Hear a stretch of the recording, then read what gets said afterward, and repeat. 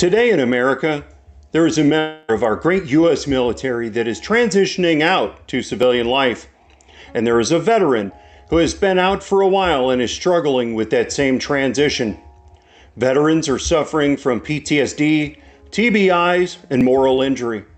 They may have been denied by the ones that are supposed to help them, and they are self-medicating with drugs or alcohol. Some of those veterans have lost the battle with their demons and sadly committed suicide. A statistic that is over 44 a day, and one is too many. Today in America, there is a family that just had 2 uniforms show up at their door saying, "We regret to inform you." And now they're struggling with the hurt, grief, and loss of a loved one, and now a Gold Star family. At the Veterans Ranch, we are committed to finding and serving these great Americans in need. We serve the ones that served us all. Through equine therapy, we are here to heal the deep emotional wounds that this community suffers from that you can't always see. We can't reach these veterans and Gold Star families without your support. So please visit our website or scan the QR code on your screen and sign up for just $19 a month. It is just that easy. For just 63 cents a day, you will help save veterans and Gold Star families that are suffering and provide free equine therapy, shelter, jobs, and the love and respect that they earned and deserve. This is a dire situation, so we are asking for 3,000 people to sign up and pledge today. If you do, we will send you this Veterans Ranch t-shirt. If you are wondering if your support will make a difference in these people's lives, we assure you that it will. If you have ever thought about helping these great people, then now is the time. It can be a rough life for veterans and Gold Star families, and for just 63 cents a day, you can change their lives forever. It could be the most important thing you do today. So go to the website or scan the code and support the ones that sacrificed more for your freedoms than you can imagine. They gave everything for you. Can you give just a little for them?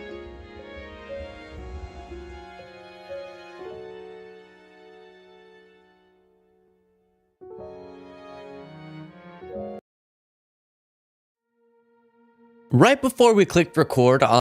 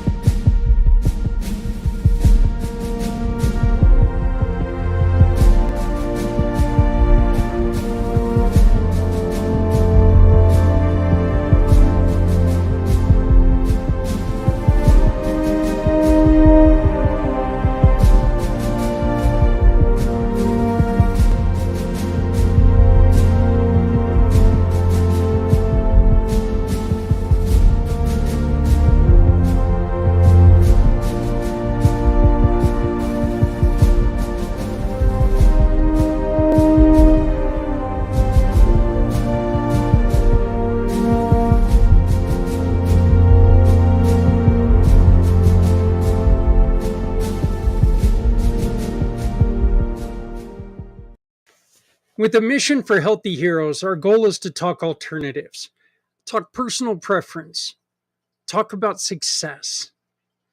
What works for you isn't always going to work for others. We ask you to join us if any of these sound familiar. Do you run activity programs? Activities like art therapy, music therapy, animal assisted therapy, outdoor adventure programs, sports and fitness programs, gardening and horticulture programs. These programs have been proven to reduce stress and anxiety, boost mood and increase serotonin levels, improve social skills, and reduce feelings of isolation while enhancing self esteem and creativity. They also provide a healthy outlet for emotional expression. What about a structured or heavily regimented program?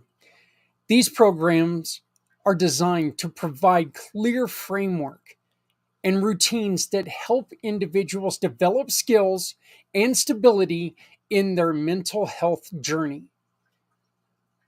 Cognitive behavioral therapy, residential treatment programs, support groups with scheduled meetings, vocational training, and rehabilitation programs, or day treatment programs with partial hospitalization programs. Encourage accountability and regular participation. Help individuals establish daily routines for stability. They provide peer support and they reduce isolation. They also build life skills for long term recovery while focusing on measurable progress.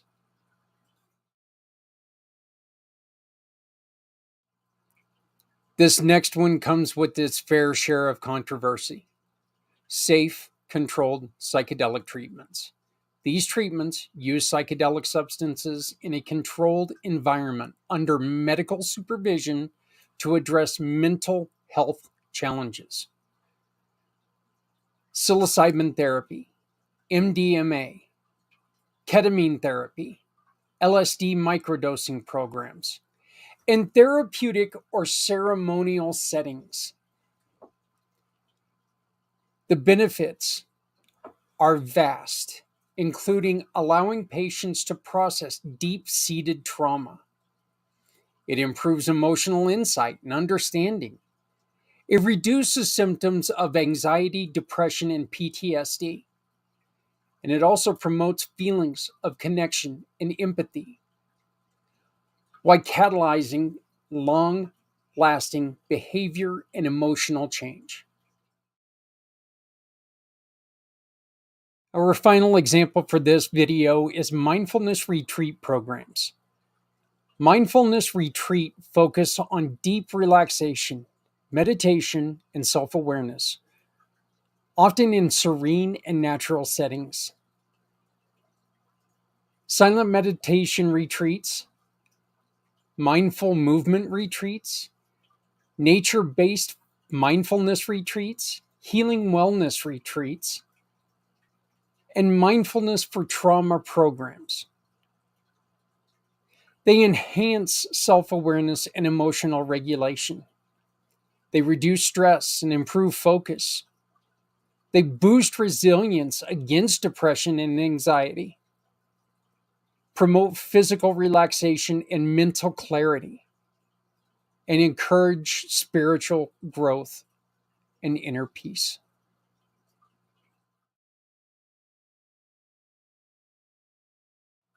Is there something missing from this list?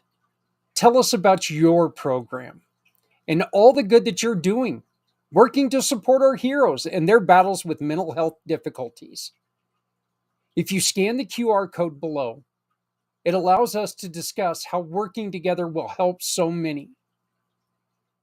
Please join us on February 22nd for Mission for Healthy Heroes.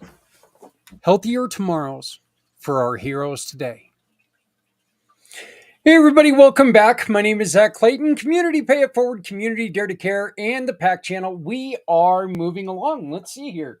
We are into hour 9.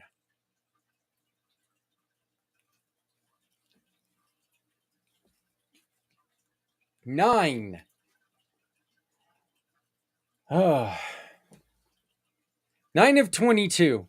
That We're moving along. We're moving along.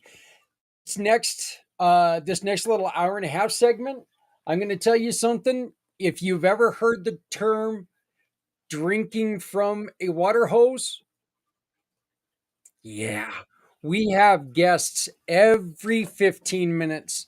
So we are going to be talking and we're going to be getting as much information as we can. But you know what? That doesn't mean that you need to sit still. This QR code right here, this little guy right here, the little big guy, little big, whatever. I'm going to stop playing with him now. All right. But this QR code right here is your chance to tell your heroes, your first responders, your veterans, your whatever, we support you. Send a message to someone saying, damn it, we love what you do. Thank you. Thank you. Thank you. Send questions to us. If you want to be anonymous, maybe it's something that you're just wondering about, but you don't want people to know who you are. Send us the question. Here's the thing. Every time you send us a form, you're in a drawing to win some really cool prizes, like Thomas McNicholas, who sent us a simple message. Thank you for your service. He also attached a $10 donation, which we greatly appreciate. Thank you very much, Thomas. Thomas, for you sending in this message and supporting what we're doing, we're sending you a 1-year subscription to a For My Card. You can see what For My Card is if you scan this QR code, because that's my For My Card. Coming up right now is Professor Dr. George Grant. Sir, you really like having a lot of names. How are Thank you. you doing today? I'm doing great, Zach. Thank you so much for inviting me. Do me a favor. Tell us a little bit about what you've got going on. What are some of the things that you're doing, and how can we support you? Thank you so much, Zach. So we have 5 hours here, or only 5 minutes? Yeah, well, we got about 15 minutes. Okay. We've only got 15 minutes. I got a little bit longer to go. All right. Thank you, Zach. Uh, my name is Dr. George Grant, and I've been doing what I'm doing now for 50 years. Yes, I'm 74 and a half. I'm going to be uh, three-quarter century and 75 by the end of April, in about 2 months or so. And I've been doing everything here to help my clients, because when I was 18 years young, Zach, I lost my mom at age 45 years young, half her projected age, from diabetes, obesity, and heart disease. We call it diabetes now. And I lost my dad at 60. I've never seen my grandparents. They died between 55 and 59. Never seen any one of them. So I committed at age 18 to become a victor, not a victim. So I studied 3 bachelor's degrees, 3 masters, and only 3 doctorate degrees, because I'm still learning about all of the stuff to focus on prevention, not intervention, self-care instead of crisis care. So this is what I've been doing now for the past 50 plus years, and helping 40,000 clients, Zach, all over the world, across Canada, across the US, Australia, New Zealand, and basically Europe, and across the world. So everything you need to know about me, but you're afraid to ask, is at academyofwellness.com. So the biggest challenge we have right now, Zach, is to prevent and reverse diabetes. This is the combination of diabetes and obesity. It's becoming now an epidemic, almost surpassing heart attack and stroke as number one killer.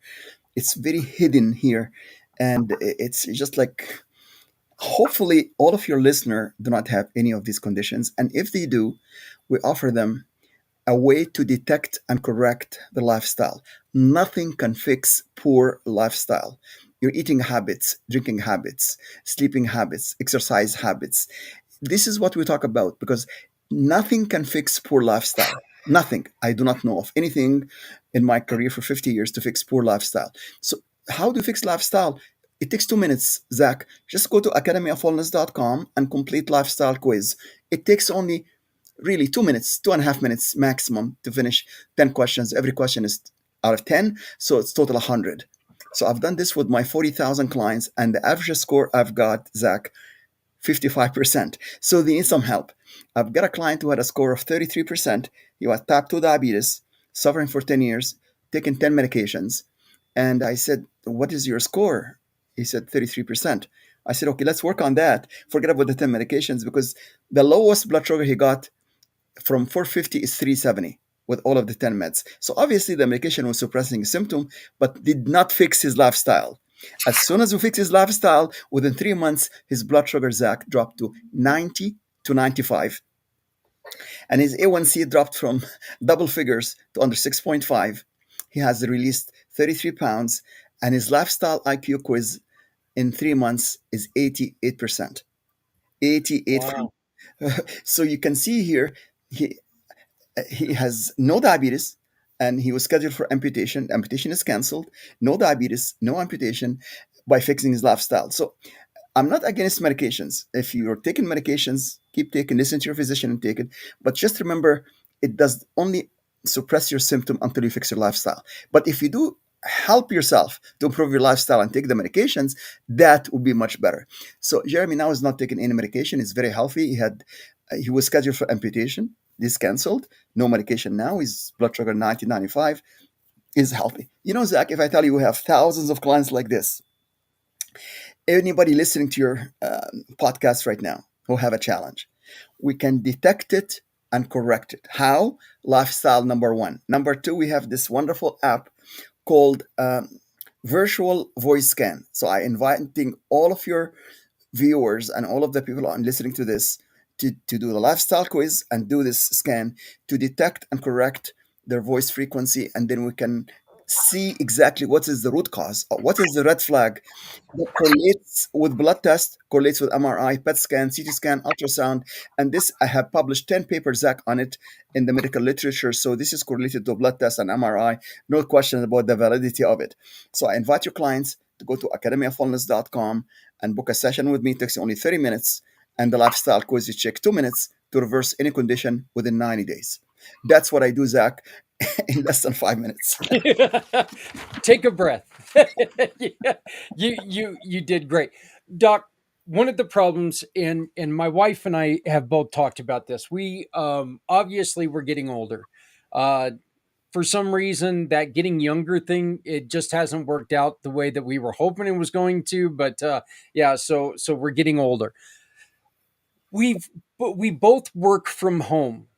Yes. Okay, we both are sitting here all the time. I'm on the computer, she's on the computer.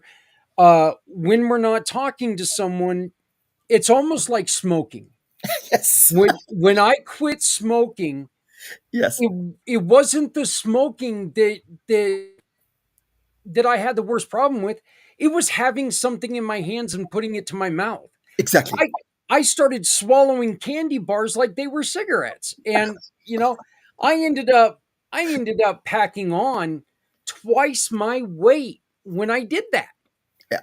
Exactly. What is a good way to fix that lifestyle? What's a good alternative rather than me shoving more candy bars in my fat mouth? Actually, you know what, Zach? It's a very simple habits that we can reverse. So instead of smoking something like this, you can just put a toothpick. And then once you have something in your mouth, you're able to reverse your aging. So I recommend for you, just email me. I'll send you a copy of this book here. And any one of your listener interested to get a copy of this e-copy, I'm happy to send it to them. How to actually live healthy till the age of 101, even 111, or even 121 by keeping a healthy lifestyle. Because now we agreed that nothing can fix poor lifestyle. What you just mentioned, Zach, is a new disease called setitis, sitting on your butt all day long for 8 hours or 10 hours a day. I had this condition, but I found a way to reverse it. It's very simple, Zach. Every hour, take 2 minutes to get up from your seat and just walk for 2 minutes and come back and do some stretching. So this is actually reconditioning your body, and instead of sitting all day long doing podcasts and TV and all of this stuff, every hour just take just 2 minutes and do some belly breathing. Could you believe, Zach? My 40,000 clients, 95%, they do not know, do or do not know how to do deep belly breathing. You can call it belly breathing, yoga breathing, diaphragm breathing, breathing from the, not from the chest, from the stomach, from the belly. So Yeah, this breathing exercises is a relatively popular term right now. absolutely. So this is really the key here is every hour you take 5 deep belly breath, not from the chest, from the belly. It's really simple process to get your oxygen to your brain. And then once the brain gets the oxygen, you have no fatigue, then you have no snoring at night, you have no sleep apnea, and then you have no dementia. Now, dementia, I wrote down about it, is type 3 diabetes, and it's proven now in the literature anybody with sugar problems is going to end up with dementia and with amnesia and eventually Alzheimer. So by doing the 5 belly breath every hour, stretching for just a couple minutes, coming out of your chair and walk, that is a solution now for everybody doing work from home, Zach. That's I love it, and I've got this written down that I'm going to be getting a hold of you, Doc. I'd like to get you on when we have a little bit more time to talk. Obviously, 22-hour podcast, but everybody decided that they wanted to come on this hour, so Yeah, I I know. do apologize for the shorter amount of No, time. that's okay, But Zach. But you know what? On my website, Zach, academyofwellness.com, there's a whole hour on lifestyle with one of my healing wizards from Australia. His name is Paul Staten. There's a whole hour on it. People can learn about lifestyle in a whole hour interview. And then I'm demonstrating how this detect and correct lifestyle. So I advise your busy followers and people listening to this podcast and yourself to book a session with me for 30 minutes, and then we're going to go with you and your wife about how we detect and correct all of this lifestyle issues with your clients. And then guess what? All we need now is referrals, because I want to go from 40,000 currently to 80,000 if God give me another 25 years to live till the age of 100 to help them. I don't want to see any teenagers, Zach, losing their mom at age 18 or losing yeah, their dad at age 22. Thank you so much for the yeah, invitation. I yeah. appreciate you. One last thing before I unfortunately have to cut you off. What is in your mind, in your words, what is the importance of your physical health for your mental health? Extremely important. There is no mental health without physical health. We call it PMS: physical, mental, and spiritual health. These are the 3 dimensions in health. Let your food be your medicine, and medicine be your food. And you got to know what you eat, what you do not eat, and what's eating you for stress. This is what actually makes the physical health. No substitute for walking 1 hour a day. There's nothing, there's no pill. You cannot take Ozempic substitute or any GLP substitute for lack of exercise. Nothing that I know of. Just take, and instead of 1 hour, take half an hour. Start even with 15 minutes. Start with that, and then 20 minutes, and then 30 minutes, and go to 1 hour. Baby steps. And then, you know what? Once you eat the proper stuff, you do the lifestyle IQ, eating your 9 vegetables and 2 fruits, and then eating the healthy stuff, and avoid anything to cause you food allergy. And that's what we detected here, Zach, with that test, which I'm going to do for you and your wife to see what caused you all of the allergies. Most people have allergy toward dairy, and most people have allergy toward the gluten. So if you cut back on gluten and on the grains and stuff and on the dairy, it's really simple process from there on. But we have to know what is bothering you physically that can affect your mental stress. And by the way, gut health is brain health.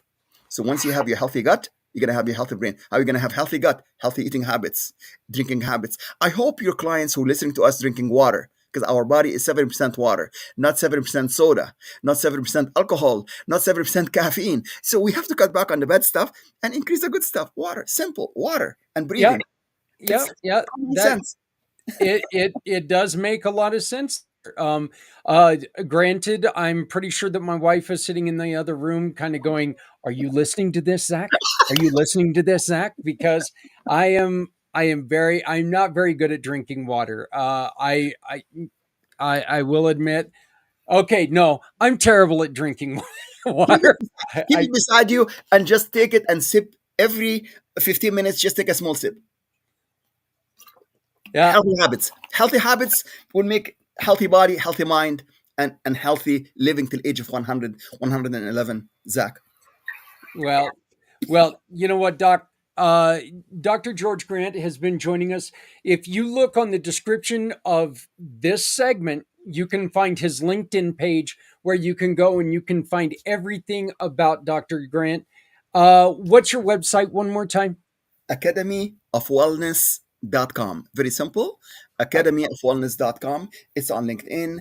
I am on Alignable. I am on Facebook. I am on X. I am on Instagram. You're going to find me very easily by just typing my name or type Academy of Wellness and connect with me. Join me for free, 30 minutes. Pick my brain. And if I do not know the answer, I'll find somebody with more than 3 doctorate degrees to help you to get the answer, okay? That sounds great. And you know what, Doc? I will reach out to you sometime next week. I Please. want to thank you very much for being part of Mission for Healthy Heroes. Thank you, sir. We will talk to you very soon. Thank you, Zach. Looking forward to talk to you. Bye All bye. right. Goodbye. Wow. I feel so bad doing this, but like I said, it was everybody came at the exact same time, you know. So it is. There was the first part of the fire hose, and here comes Diane. Diane, how are you doing? I'm wonderful, wonderful. Nice to see you, Zach. It's good to see you again. It's you and I had a wonderful conversation uh earlier. Was it last week or yeah, we I think about a week ago. Yeah, well, there you vague. go. I know. Time flies. Yes, it does. So Yes, it does. No doubt. you also have another you have a lot of stuff going on, but one of the things that you like to tell people is and make sure that they understand about this is what's called redox. Can you explain this? Yes. So, redox is something that happens in our bodies at the cellular level. When you are in a redox state, your reductants and your oxidants are balanced, then you're healthy as a horse. But when they are not balanced, Zach, all kinds of bad things happen. And how do the redox cellular state, how does that get out of balance? It's called the junk in our system. It's called the junk in our system. There's all kinds of names. I call it pills, poisons, and parasites. So when we are out of balance, because cells are the underlying foundation of every organ, every system in our body, then what happens with a lot of us, we have been trained that a symptom needs a medication. And so, with that medication addressing a symptom, not the cause, oftentimes it that medication will create another symptom for Yeah. another medication. Okay, so I call it the SMS cycle, the symptom, medication, symptom.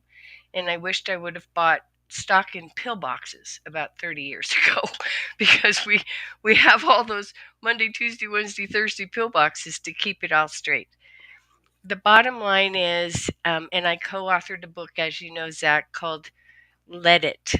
The body can heal itself given the proper environment. And what we're not trained to do is to pay attention to what we eat, how we hydrate, and how we exercise, manage stress, get our rest.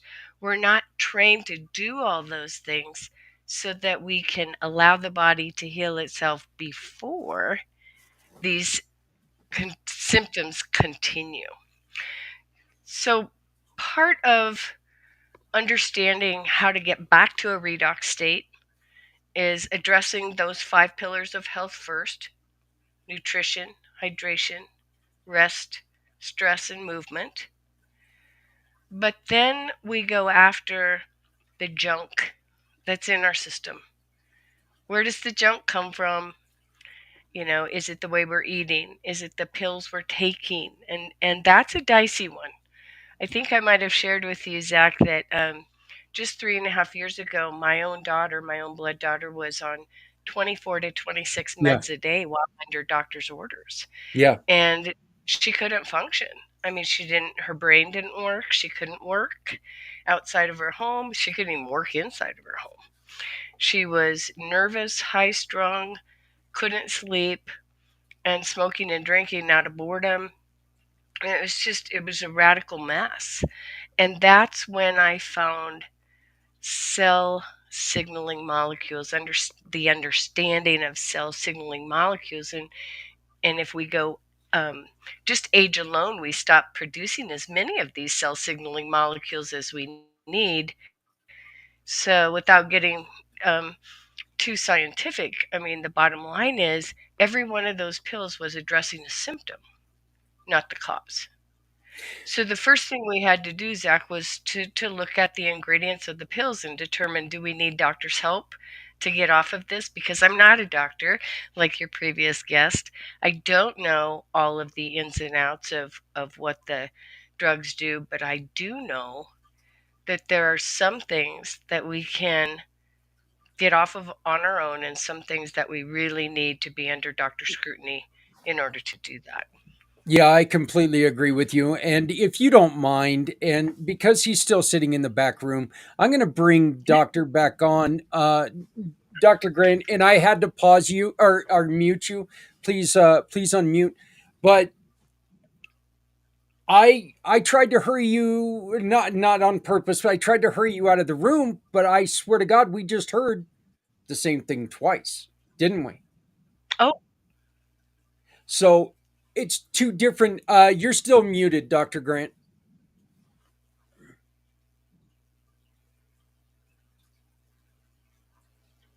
mm, Here, let me try to. I think There I you got it. go. Yeah, There you go. I fully agree with what Diana, was saying here. 100% agreement with her, because I had similar experience here, Diane, with somebody who was taking 28 medications, yeah, 28 medications, and two bypass and two stents, because he had 99% clogged arteries. So you know what? It's warranted. If I had 99% clogged arteries, I listen to my cardiologist. I'll be taking that. The problem is you've been taking it for 20 years and no yeah, change, and he was sent to hospice to die in 1998. So, Diane, what you said is absolutely correct. What happened to your daughter here? Because we helped this guy to improve his lifestyle. He has very poor lifestyle here. Ask him, what is it that you eat? He said, oh, nothing. It's just bacon and eggs. I said, you eat bacon and eggs for breakfast for how long? He said, for 20 years.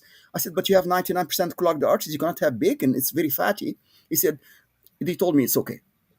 I said, okay, well, how much water do you drink? He said, I drink diet soda. I said, you cannot drink diet soda when you have diabetes.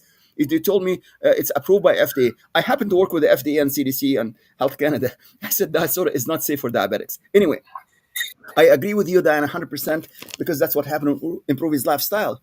Within 6 months, like what he did with your daughter, no meds, no bypass, and no medications. And then he's living yeah, happy. Guess what? You're not gonna be believing this, Diane and Zach. He's still alive at 103 from 1998 with no medications. What you have done for your daughter is heroic. You're among my heroes. And Zach is among my heroes because oh, he put us on the same stage to tell people medication is only a temporary fix to fix symptoms. Yeah. But I agree with you. You gotta T- fix you oxidation. know, I'm Tell us a humbled little bit and about.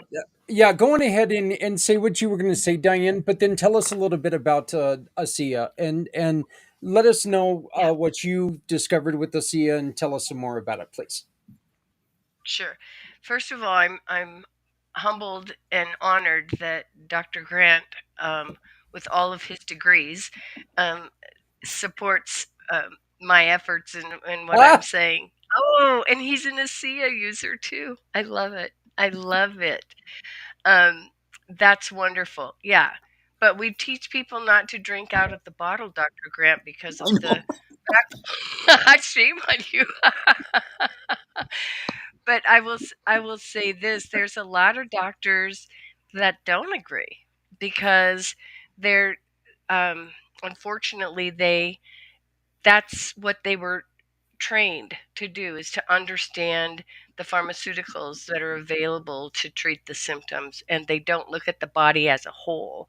And one of the things that in it really was an honor and a privilege to work with my daughter for the last 3.5 years. But I will tell you, she was ready. Number one, you had the participant has to be in the frame of mind that they're ready. They're sick and tired of being sick and tired, and they're yep. ready. So when we started systematically taking her off of each and every drug, before we accomplished getting off of all 26 of them, 16 of them, by the way, were opioids that she should have been dead. Changed her eating habits, got her on ASEA, which is ASEA is the catalyst that repairs and repairs damaged cells, replaces the cells it can't repair, and it brings your cell signaling back up. Now, let me, Zach, just quickly explain the importance of cell signaling. You can go about 30 days without food, maybe 3 days without water, maybe 3 minutes without air. You can't go 3 seconds without cell signaling. When did we ever learn that? So, right? Cell Not even in signaling, science class did you ever hear anything like that. not even in science class. So because cells are the underlying foundation of every organ, every system in our body, and they signal to each other that allows us to move our mouth, move our fingers, it's the color of our hair, our eyes, it's everything. Cell signaling is everything. Just with age alone, our body has a reduced capacity to produce the cell signaling, and cell signaling is produced in every single cell, in the energy plant or the mitochondria of the cell. My gosh, it's gratifying to have a degreed doctor agreeing with me, because I've, I've argued with many of them who just think I am a whack job, and the only doctor I have in my name is my first and last initial, Dr. That's it. But I've I mean, so it's very gratifying. So thank you, Dr. Grant. But um, when when this cell signaling gets reduced by age alone, now add stress, trauma, and disease.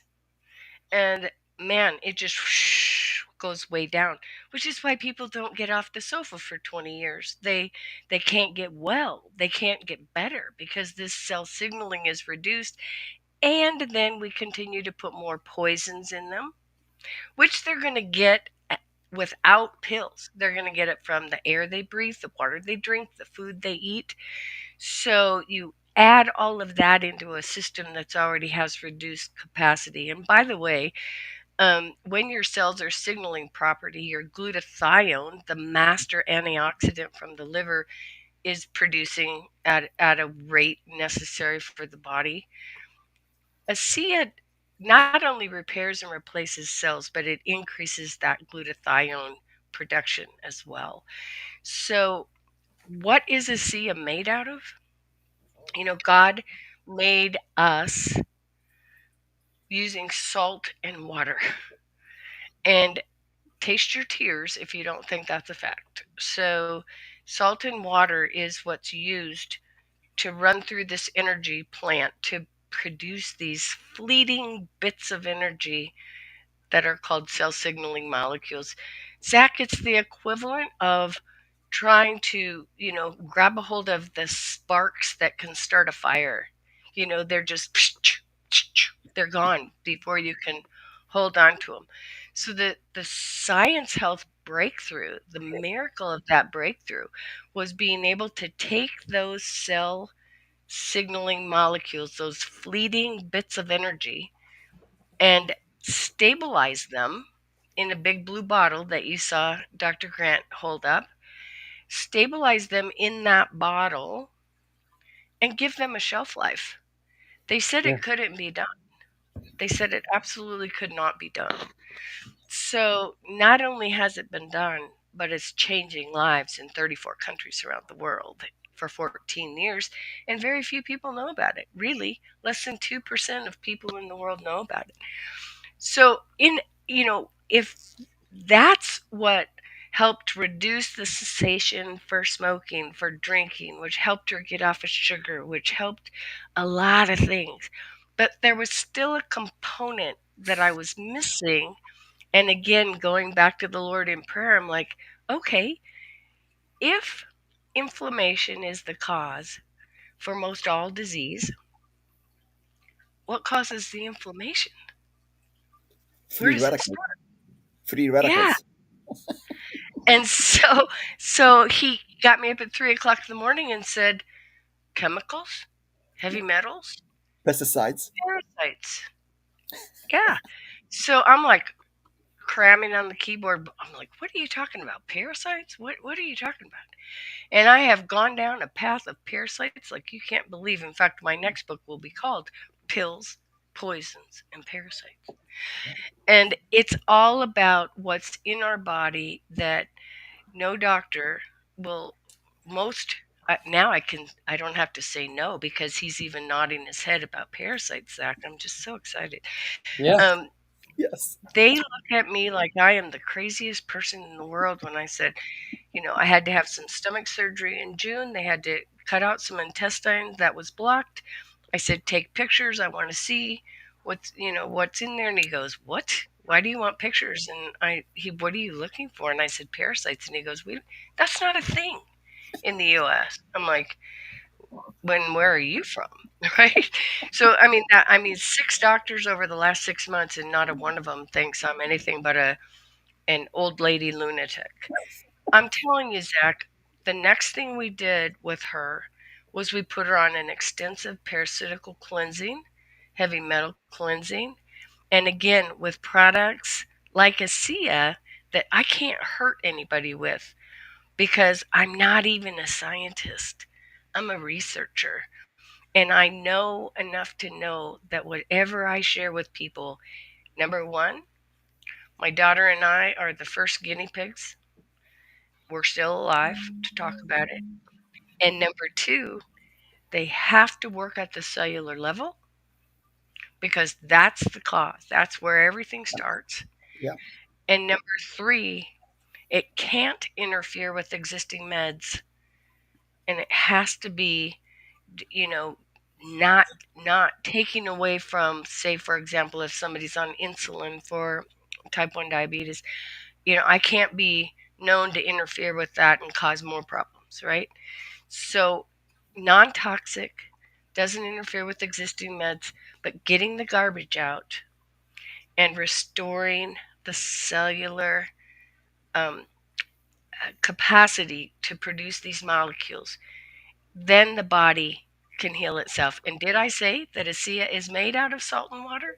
Which is Yes. why it took people a long time to figure out salt and water. Are you kidding me? No, you go pour some salt in a glass of water and put a rose in it, and then do the same thing with ASEA. Put a little bit in a glass and put another rose in that one. See which one dies shortly.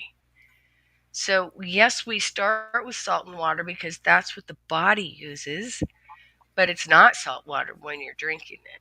It's changed into these molecules.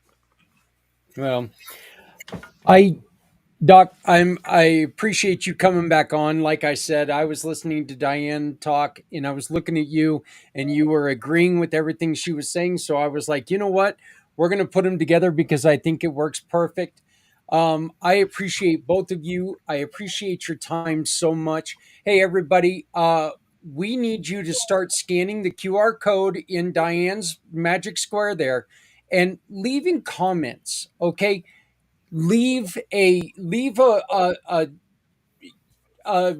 statement to our heroes. Leave encouragement. If you want, please donate. But every time you leave a statement or donate or whatever you're going to do, if you have a question, you can use that box for questions. Scan that code, leave a comment, leave a question, whatever, and you could win a prize. All our some of our guests are leaving gifts with us that we are giving away throughout the day. So please scan the QR code, fill it out, donate if you can, but it's not look, this isn't a state lottery, no purchase necessary. So just leave a comment, fill out the form, and you know what? You could win a prize. Both of you, I appreciate your time today. I hope you both have a great, great rest of your day. And more than that, thank you so very much for being part of a mission for Healthy Heroes. Thank you. Thank you, Zach. All Appreciate right. it. We will talk to you both later in the week. Okay. All right. You will. Goodbye. Bye. So that was, again, so much information, everything, and again, two in a row right there. Without physical health, you cannot have mental health. And I've said this a lot throughout all of this stuff, throughout doing all this, that honestly, when I was hurting, when I had that pain after the motorcycle accident, the head, them not finding the broken neck for 3 years, this was all things that it hurt. And it made me, it was depressing. And it was bringing me down. It ruined relationships. It ruined friendships. Because when your body fails, everything fails. Your mind fails. When your mind fails, you fail. So, again, we are throwing anything and everything out there because you know what? It may be what you need.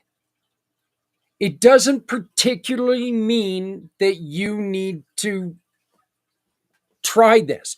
We're not telling you to try anything. We're telling you these are out here. Diane can be there for you. Dr. Grant can be there for you. They're all sitting here saying, if you need to talk, let's talk. Again, you can find the information for all of our guests. You can find their LinkedIn tags. Sorry, lost my mind there for a little bit. You can find their LinkedIn tags right there in the chat attached to this video. So go on there and check them out. Go on to LinkedIn, follow them, become friends with them, have conversations. You don't know what these conversations are going to lead to. And more than that, you don't know whose life you can change with these conversations. Again, where it's something that I may not want for me. I may not like for me. That doesn't mean I'm going to run into somebody later on today that I'm going to say, hey, you know what? I was talking to somebody, they had this, they had this product, they had this program. With what you said, it sounded like it might be interesting to you. It could change their lives. It could make their lives so much better. All we have to do is listen to them, listen to ourselves, and listen to the people who know more than we do. Not very many of us are 16, so we don't know everything anymore. We realize that now. When we get older, as I said earlier, I wish I knew as much as I knew when I was 16. I knew everything when I was 16. So,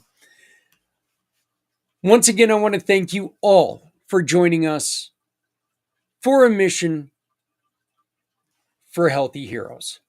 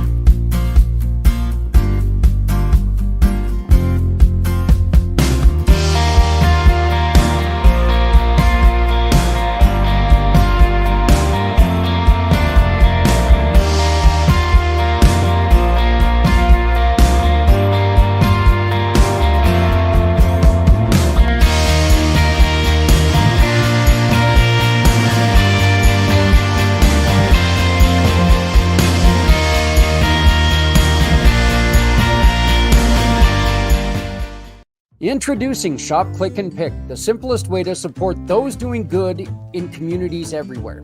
We understand that shopping is a necessity, but with a slight adjustment, you can make a huge difference without spending any extra money. Here's how it works. Please visit communitypayitforward.us and navigate to the Find Your Partners tab. Discover our verified giving partners, which are trusted allies ready to meet your needs. Shop with any of the partners that resonate with you. Click a picture of the receipt or invoice, then pick the mission partner you wish to support and use their QR code to send the receipt directly to us. After that, all you have to do is sit back and enjoy your purchases, knowing that you've made a meaningful change for someone in need. Community Pay It Forward amplifies your business's impact by sharing the story of those who require your services, rallying support for those who need us all. Because no one needs to go it alone when we all come together. Well, I really should be a little more proactive and go back through and change my logo where it needs it. That's obviously the old logo. We did change it at the beginning of the year. We now have a green color to it. Not for any particular reason, except for when I created that logo, I put the colors together that really looked good. They popped. They were great. They were awesome colors. That brown and gold, it was fantastic. It was just great. It's my high school colors. You gotta be kidding me.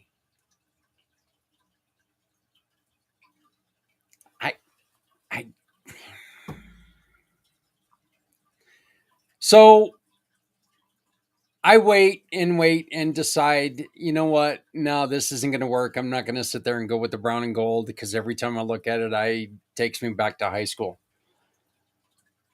or the CU Buffs. I'm in Colorado. I am not a CU Buffs fan. So I take it. I'm like, okay, what other colors go together?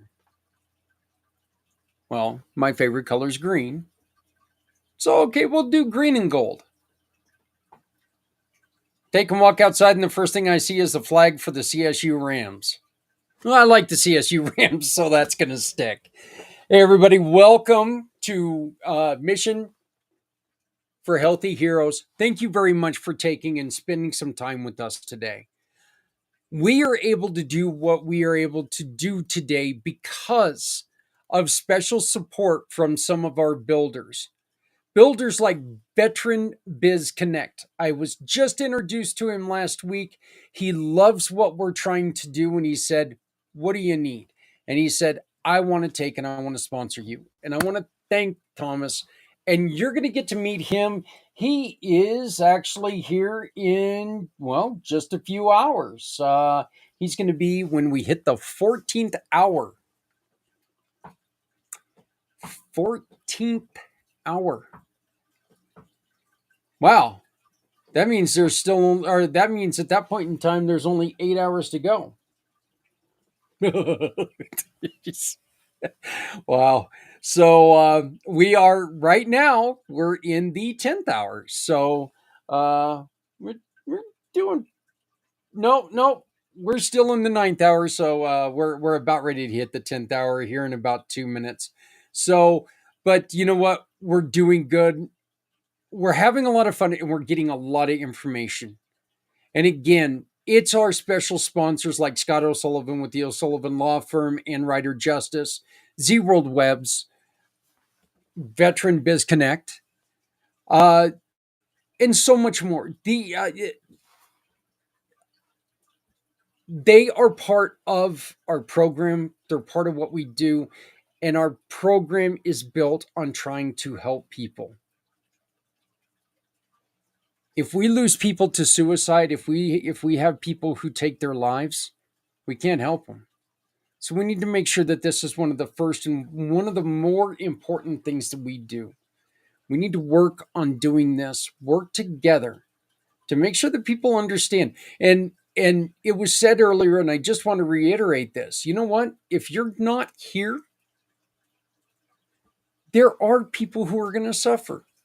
We started Footprints Forward because of that reason.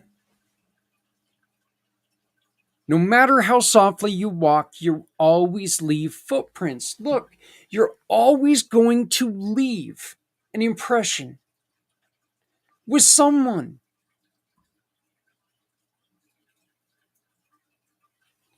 I'm not going to say it's never happened to where somebody left this earth and nobody cared. I'm not going to say that because we just don't know. I think it's highly unlikely that somebody left this earth and everyone celebrated. I know there's a few people that we look back in history and we're like, yeah, well, they should have been happy. But that's not the point. The point is, we are here today to make sure that people have the information needed to find the cure that they are comfortable with.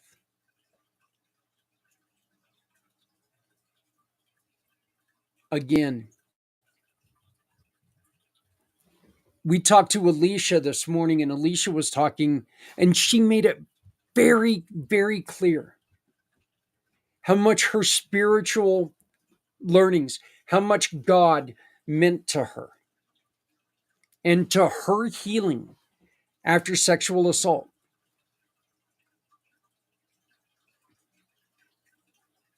I'm not a guy,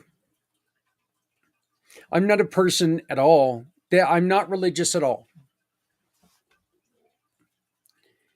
But I am never, ever going to discount what Alicia said for herself.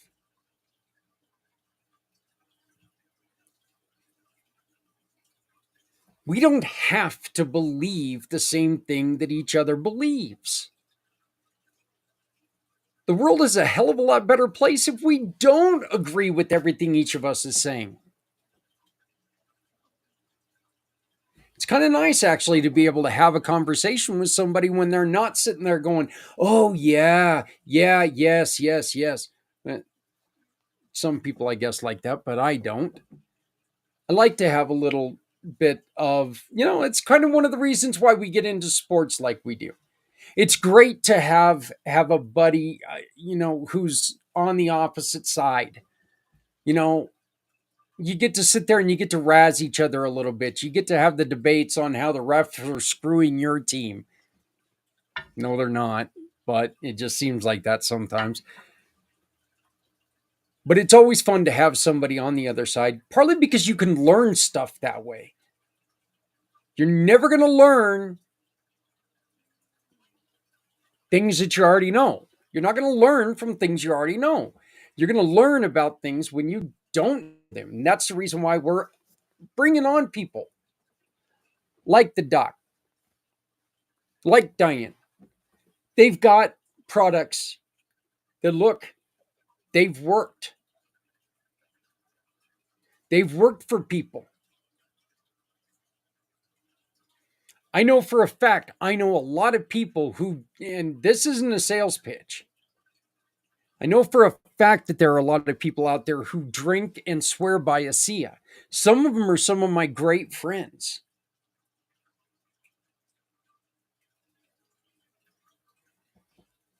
Some are part of this program. Does it work for everyone? And this was one of the things that Deb and I talked about when we were talking about my experience with it. It didn't work exactly how I was wanting it to. Did that mean it didn't work, or did that mean that it didn't work for what I was hoping it worked for? Hard for me to tell.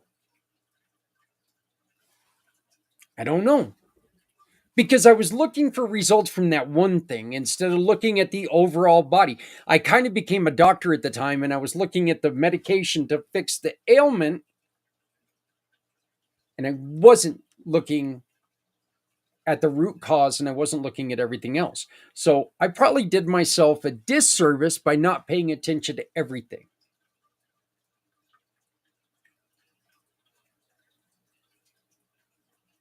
Long story short, I've tried ASEA. It didn't work for my headaches. But you know what? I know plenty of people that it worked for. I will never sit here and say that means that I am not ever going to I'm not ever going to bring it onto the program. No, because you know what? If it works for you, that's what we want it to do. And we're not going to shy away from anything.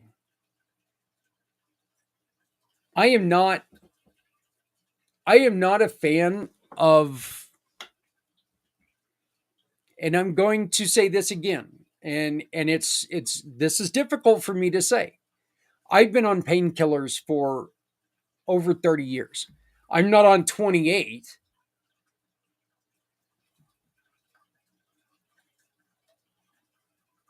I am addicted to painkillers. And because of that, I have a disdain for painkillers. I also have a disdain for doctors who don't take the time to find stuff out.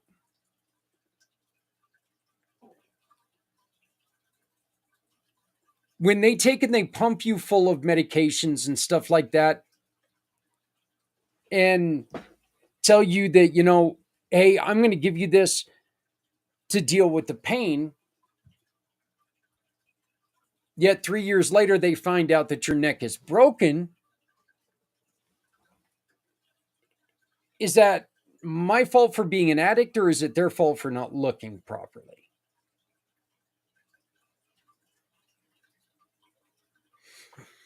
When I went into the doctor and when I went in to go to the doctor and I saw a nurse practitioner, this nurse practitioner at one point in time told me, and this is another part of the situation I had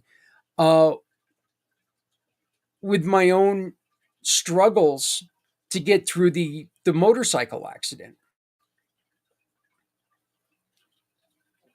Is this nurse practitioner said, no, you're just in here to get more painkillers. And I was like, I am absolutely not in here to get more painkillers. I really wanted to find out what the hell was going on with my neck. Why did my neck hurt so bad? Why could I not move my arm? Why couldn't I function? Why couldn't I lay down flat at night? Why couldn't I do all these other things? The accident was over, 2.5 years ago. I should be able to turn my neck more than this, but I couldn't do it. Well, you just need to go in for more physical therapy so we can take and stretch your neck in a way that you shouldn't be stretching your neck because it's broken. I don't want to give you an excuse for me being addicted to painkillers. I'm not going to give an excuse. There is a reason behind it. It's still my issue. I still need to work on fixing that. But that's the reason why I see things like ASEA and like what Doc brought in. And I see these as great things because I'm going to try them to see if it's going to help me get out of my situation.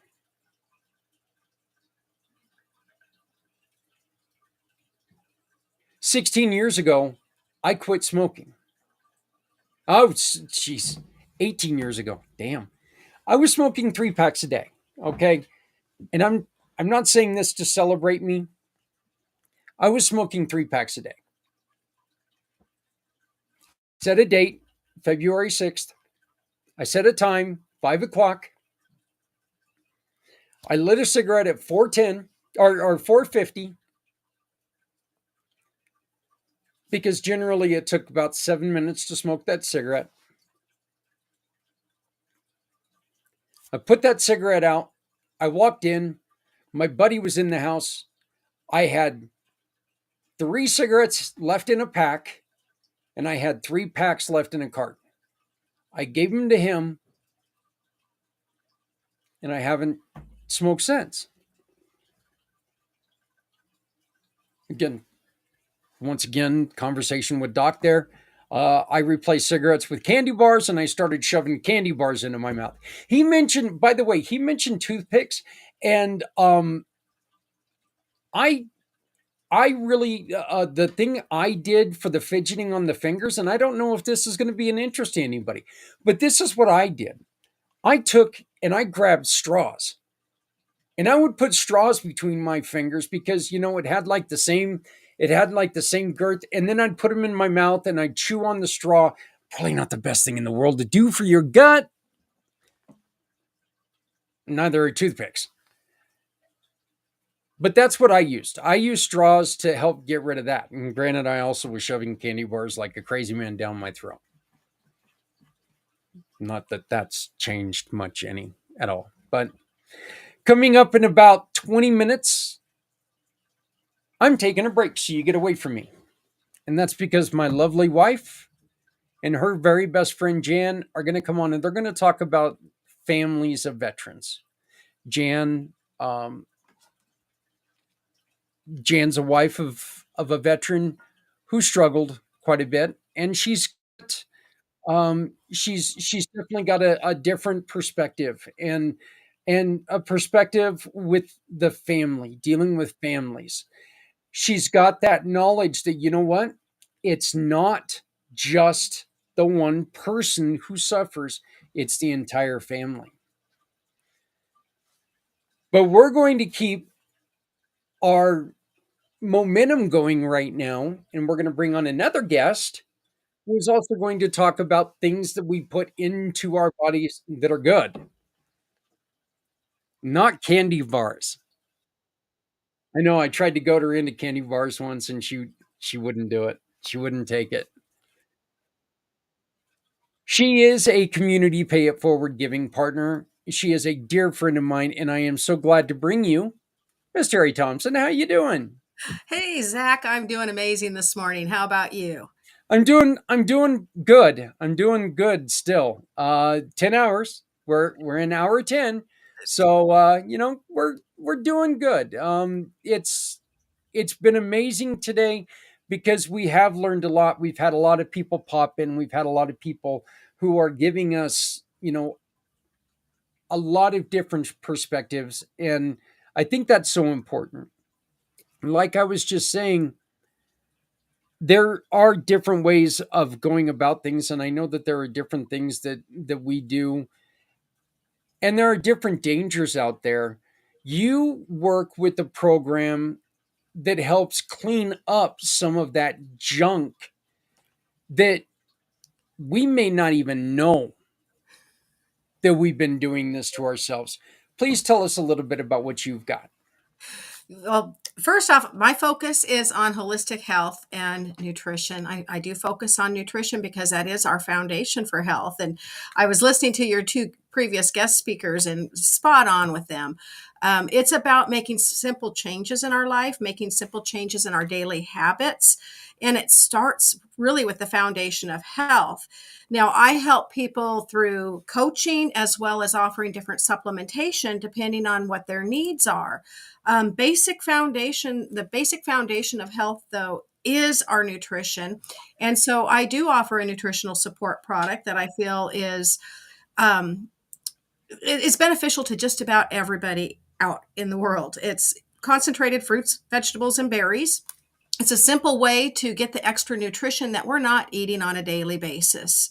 And it gives us a foundation to build on so that we can make simple changes in our habits that will give us lasting changes in our health.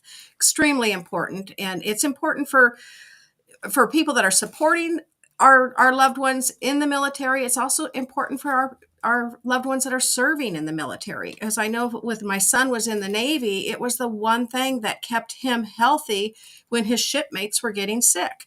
So having the ability to have a foundation of nutrition, even when the food that is available to us may not be the healthiest. But I help people focus on making those changes. And candy bars aren't wicked. You just have to choose wisely. Dark chocolate is actually beneficial to you.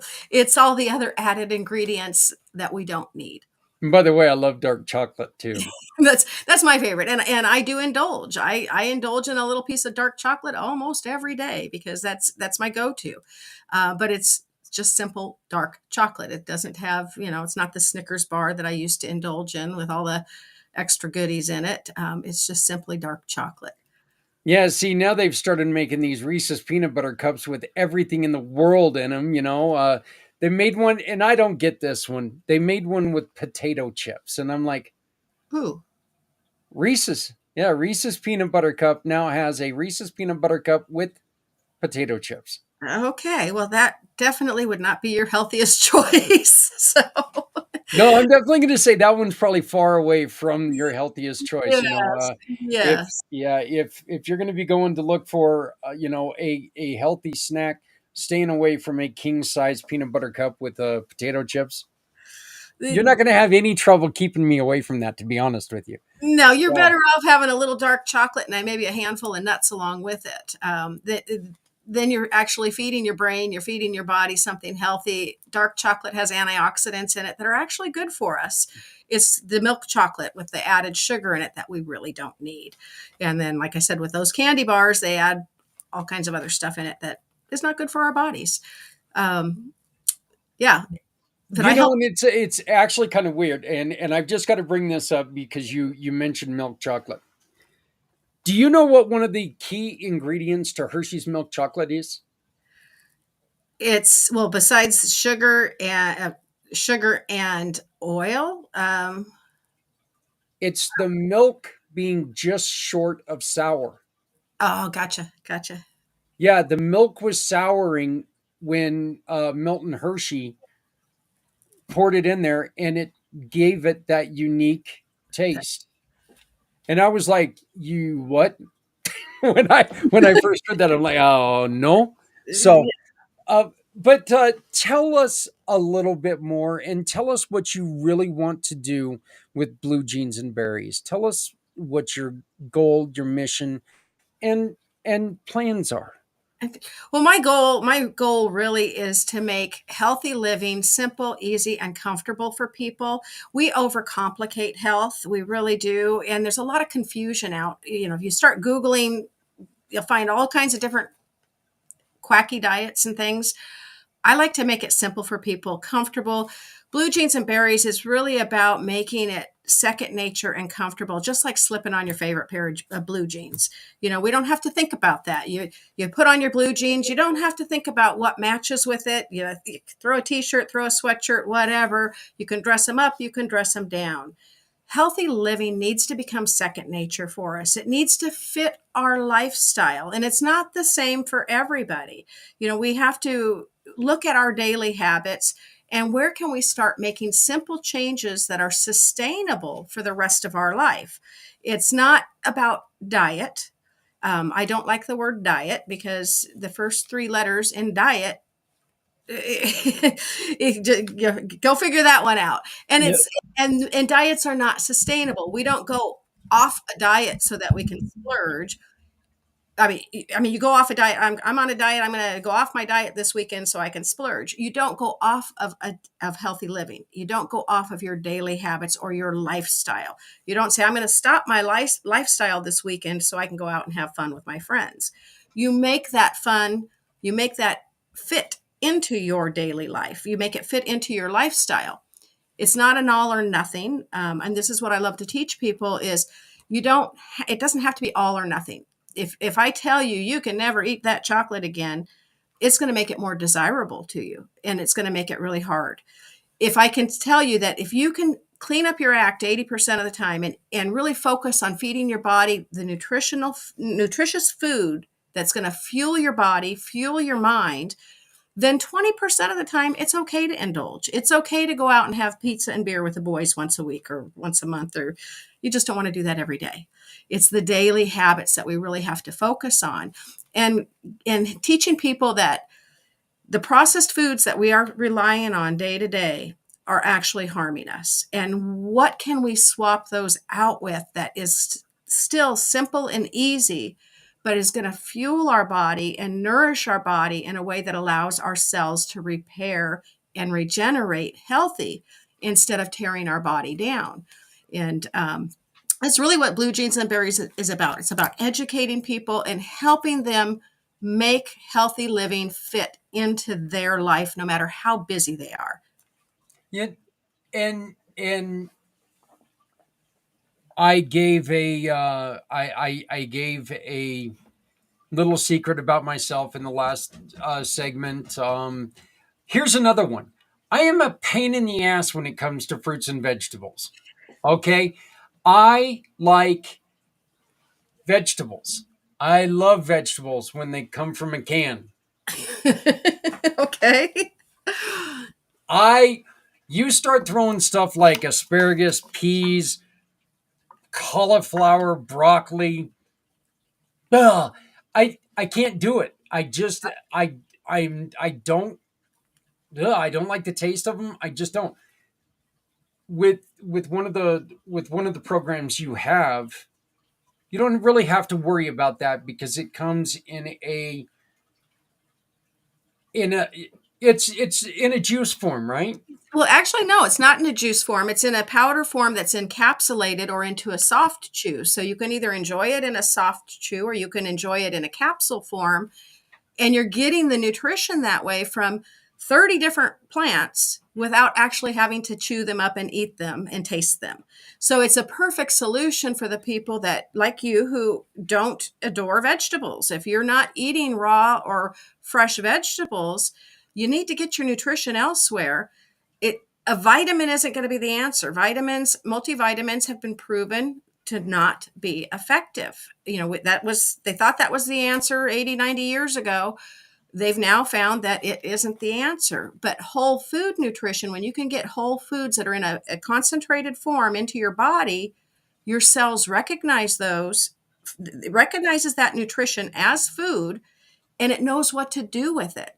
If you take a multivitamin that's been made in a laboratory, it's synthetic, it's fractionated, it's isolated, and it gets into your body, and your body doesn't know what to do with it, and most of it flushes out. Some of it can stay in the body and become toxic. Fruits and vegetables, your body recognizes. It knows what to do with. So it's a simple way to get that nutrition that we're not eating, and it is a way for people that don't want to change their diet to actually see significant improvement in their health without making those dietary changes. So it's not, is it for everybody? Not necessarily. I have people that love to eat fruits and vegetables and they are eating 13 plus servings a day. They may not need supplementation. But for the average American that may be eating only 1.5 servings of veggies a day, and French fries and ketchup do not count, by the way. So that does not count. So if you're not eating it, you've got to get it in your body some way, in some form. And this is just a simple way that I found. I've been using this nutritional support for over 14 years now. And it's impacted my health in a positive way. It's impacted my children's health and many of my clients. So it's just a simple way to bridge that gap, as they say, from what we're eating and what we really should be eating. Well, this is going to give us a good segue into my wife and Jan's segment. They're going to be taking over for me here in about 5 minutes. You told me a story about that honestly, it was so eye-opening and really it was a little heart-wrenching, and it made me feel for you in a way that I'd never felt because I'd never heard a story like this. But can you tell us about when you realized that your son was no longer your son?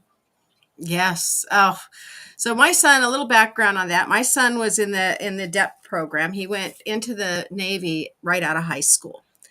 And I dropped him off at the recruiters.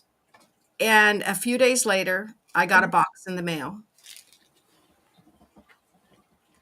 The box contained no note, nothing in it except for my son's personal effects. It had his shoes, his socks, his underwear, his clothing, even his retainer. Everything that was him was stripped from him and put in that box and mailed to me. And when I opened that box, it first off, it did break my heart in a way, because it's like he had nothing left of himself when he went into the Navy. He went into boot camp, and they strip everything away from them, and he now belonged to the military. He was theirs. I didn't see him for over 3 months till he got through boot camp. And then when I did see him, I had to fly out to Chicago to see him as he graduated with his class. He was not my little boy anymore. He was not the young man that I dropped off. They returned a man to me. They really did. I mean, he was so different, but in a good way. But that for a mother, it is really hard to give your child over to the military, knowing that you now have no say in his life whatsoever. You don't even have communication with them for months. You have an occasional letter during boot camp. They're not allowed to make those phone calls home. When they're out at sea, they're not allowed to make phone calls unless they're like my son and is in the radio communications and figures out how to wire his phone to the. You're going to get him in trouble. He's out of the Navy now, but it's that box, that impersonal box with all of their personal effects. I mean, everything that they had. I mean, they tell you when you drop them off that you only drop them off with nothing. They don't take anything with them. But I never expected to get that box back, that box of his clothing that he was wearing that day. I mean, down to his underwear. To me, that was heart-wrenching. It was, you open that up and it was just, wow, my son doesn't belong to me anymore. Here I was, I raised him for 18 years, and now I have the military. He belongs to the military. He belongs In a very unsubtle way, they told you, well, enjoy your memories because your child's gone. My child is gone. The boy I dropped off is not the boy they returned to me. They took him and turned him into a man. I mean, they returned a man to me. He was and is to this day a phenomenal human being and a phenomenal man. And I could not be any prouder of him than I am. I mean, he just makes me proud every day. He served his time. He did 6 years with the Navy. It was hard. It was hard for me. It was hard for his sisters. It was hard on his grandparents, his aunts, uncles, not being able to see him for long stretches of time. It's difficult. It is difficult. The one blessing I had was he never served in action. He was on a destroyer, but he was on a peacekeeping mission. So I didn't have to worry about him being in battle. I couldn't imagine as a mother what that's like, but you still worry. There's still that worry and the not knowing, the not knowing and not being able to pick up a phone or text him or, the FaceTime or all the things that we're used to being able to do with our children. You can't do when they're in the military. Well, like I said, Terry, that story when you told it to me, when you relayed that to me the first time, I was like a little verklempt, if you will. But and it never actually gets any easier, I mean, I know that my son, he comes to town, he comes to the country every once in a while, and when he takes off towards that airport, I'm like going, oh my God, he's going back to Japan. When the hell am I going to see him again? And it's definitely an interesting road. But I want to thank you so very much for being part of the program. Again, Terry is part of the Community Pay It Forward program. Mm-hmm. So that means when you visit her website, and you can get to her website by going to communitypayitforward.us, Blue Jeans and Berries, and it'll take you straight to her profile. You can check out everything that she's doing. Contact her. Get a little bit of coaching. Get yourself a little bit or a lot of bit more healthy, and you get to support other people in the community. Terry, thank you so very much. Thank you, Zach. And I would like to add, too, that I do offer a free 30-minute consultation with anybody that has any questions on nutrition or not sure what their next step is in their health. I'm happy to have that 30-minute conversation with them and get them pointed in the right direction. All right. So you heard it there first. We will make sure that we put that on the website when I get back to working on Monday. Awesome. Well, Zach, thank you. Instead of just being some faux TV star. Well, we know the real you, and I appreciate you.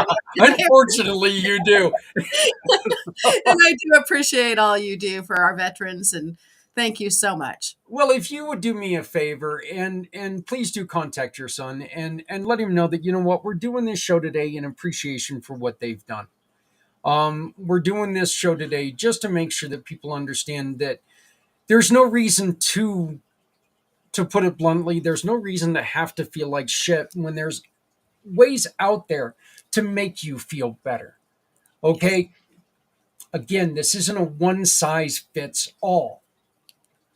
This is we've got something that can fit you. So, and I think that what you bring to the table here, I think that's wonderful. And I do thank you so very much for bringing it.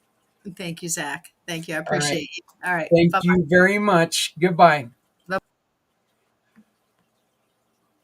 We are, again, you can get to Terry through Community Pay It Forward. Just go to Blue Jeans and Berries. And we're moving along. And now you get to get rid of me for a little bit for something entertaining. Something that's, well, quite frankly, something that's just not me. Two people who I love dearly are going to be in your hands now for the next hour and a half. It's going to be my wife, Adrienne, and her very best friend, and my really good friend too, Jan. They're going to talk about the family aspect of suffering heroes. So, going to do our little spot here, giving kudos to our building partners, because without them, this wouldn't be happening. Thank you to all of them. You're going to be talking to a couple of them here in a little bit. But for the next hour and a half, please enjoy Jan and Adrienne as they talk about woman stuff.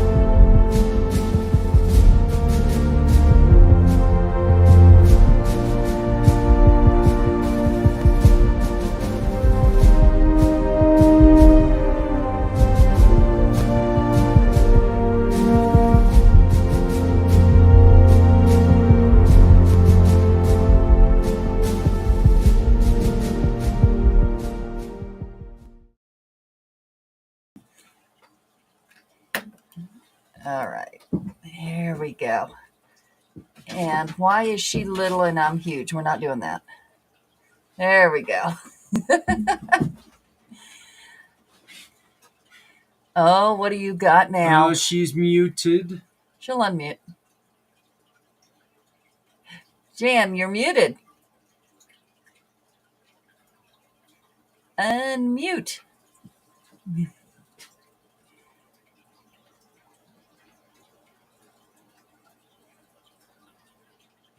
Nope. No. Do you know how to unmute her? Well, I know how to ask her to unmute. Okay.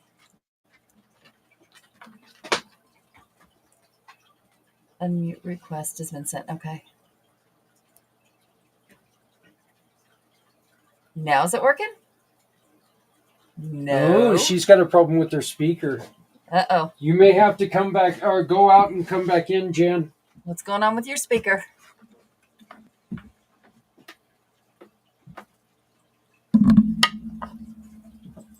What's oh. Okay, let's see what happens here. It definitely would not be us if it wasn't technical difficulties. Did Jeremy have any? Mm-mm. No? No, except for YouTube kicking them off or kicking us off for Did a that little way. get fixed? I hope so. But Yeah, Jeremy. Yeah. It wouldn't be us if it didn't happen. Do we need to re-invite her? What do we need to do? no, all she Okay. has to do is just come back in. So, but part of live TV, I guess, is dealing with all of this wonderful, wonderful stuff. That's right, I said TV because I wanted to act like a faux TV star. TV, computer, I don't think it makes a difference. It's all there.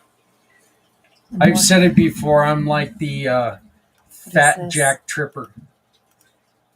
Why is this doing that?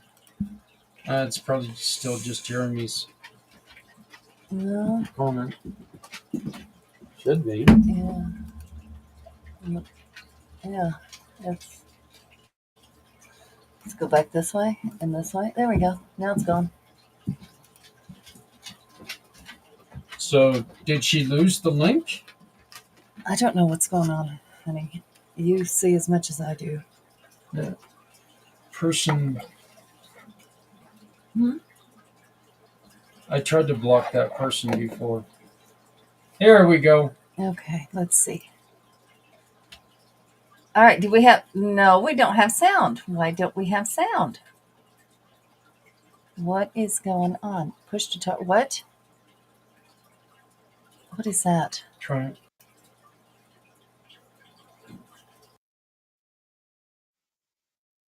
Apparently nothing.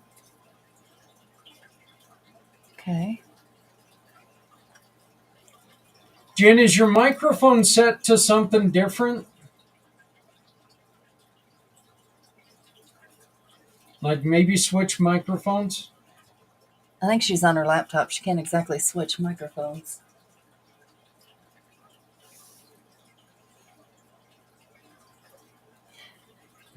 Yes and no. What I did was stop the live, and then when I've healed, it added the video back at 40. Okay.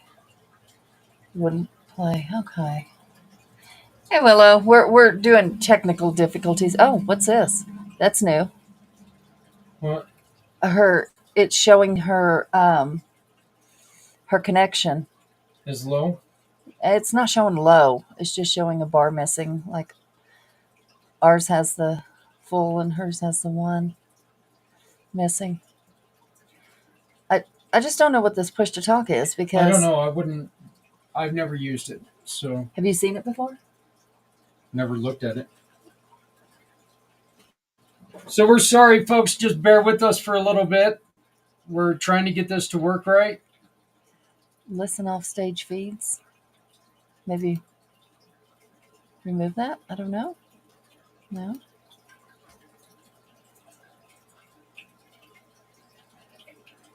Why is it always us that does this too? Okay, she's going to try her phone instead of this. Gotta love cell phones. Well, apparently they're going to work better than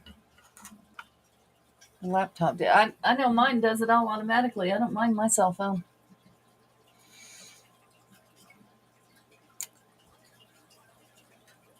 Is that Jeremy coming on? He's just on the offstage feed. I'm guessing. I don't know.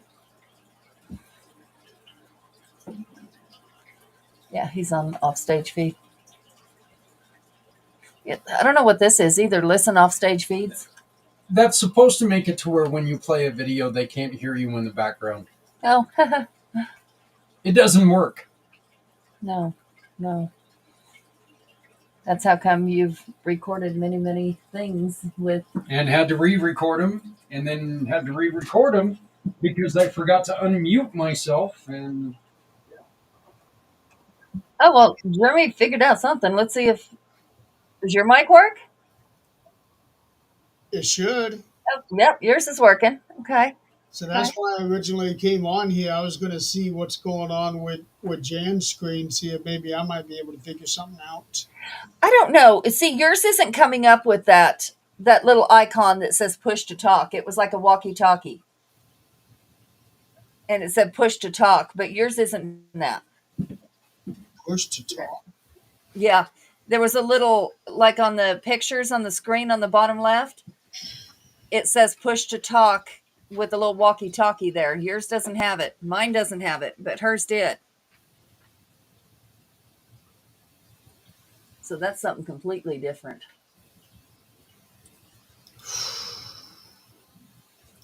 I don't know. Is that a vacuum cleaner?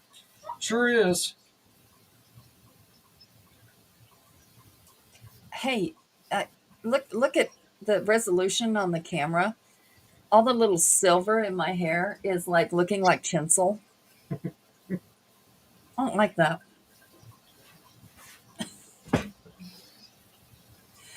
It does. It's like seriously glowing. No, hell no. You did say how old you were on Thursday. I did. I'm hoping people were drunk and don't remember. So you don't want me to tell them? Not exactly. Okay. It's a whole different program, whole different audience. No, they can think you've got a trophy wife. Okay. Let's see if she can. Okay. It allows others to communicate with other participants via voice chat by pressing a button to activate their microphone. She's got to press it down to activate their microphone. But she couldn't even see it. Let's get her back in here, and I'll take a look and see what's going on. Yeah, once she gets on her phone, she should be fine. The site can't ask for your permit. This site can't ask for your permission. What? That's what she got. I'll tell her to get back on her laptop.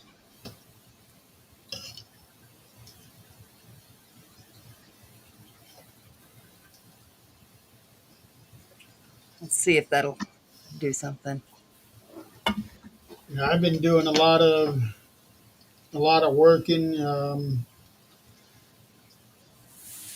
trying to get stuff off of YouTube to get it onto Spotify.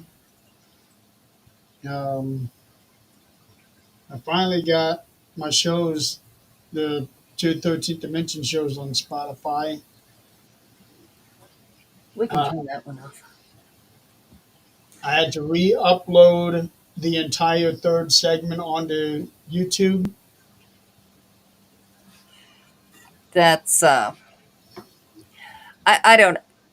guess it's not that hard. I've just never done uploading to YouTube. It's not hard. Depending on the size, it can be time consuming to upload, but that's not something you have to oversee. I'm guessing because when Zach does his, like uploading a what is it you had to upload the last time? Oh, it was interviews, things like that. It takes a long time. It was taking hours to upload from wherever he was doing it to actually a show. It shouldn't be taking anywhere near that long. Okay, she's restarting her computer and trying it that way.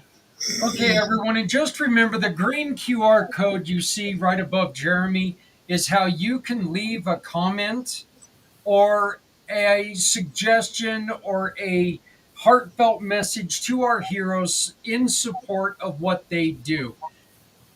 Let them know that you support their work. Let them know that you love them. Let them know that you're here for them. Whatever you want to do. It's also a place that you can leave a donation, or if you're a business and you would like to be involved in what we're doing, you can leave a donation for us to give away. Like we've already given away 1 year subscription to For My Card to a friend of Adrienne's who sent a message of, "We support you." Who? The guy from last night. Oh, that's Oliver friend. Well, That's okay. Tom. It was Yeah. Tom. Yeah, I Tom guess Nichols. his nickname is Pickle Tom or something. No, that's the other Tom. Oh, okay. Not Pickle Tom. Yeah. Then. Yeah. No, it's Tom and Nicholas. Yeah. So, but he ended up picking up a 1 year subscription to For My Card. Those things are awesome. He does filming. Is that right? He does different Yeah, types of filming. The other Tom does. Yeah, that's the one. That's who it was. So that's that'll come in useful for him. Oh. He does. He's got his hands in a few things. Quite a few things. Oh, she was messing with the mic and it restarted. So that's why she had to restart. What is that? That's Jared. Okay. Yeah, I had to make an appeal on the 13th Dimension channel, and they just got back with me saying that it doesn't violate our self harm policy. It's because the word suicide was in the title. Yep. Yep.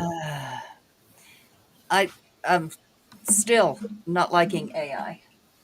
Just don't like it. No. Well, You and can't tell when the picture's real. You can't tell. Mm-mm. And I also got an email from YouTube. Hi there. We're reaching out because members of the YouTube community, including fellow creators, viewers, or staff, have expressed concern for your safety or well-being after coming across content you posted with topics related to suicide and self-harm.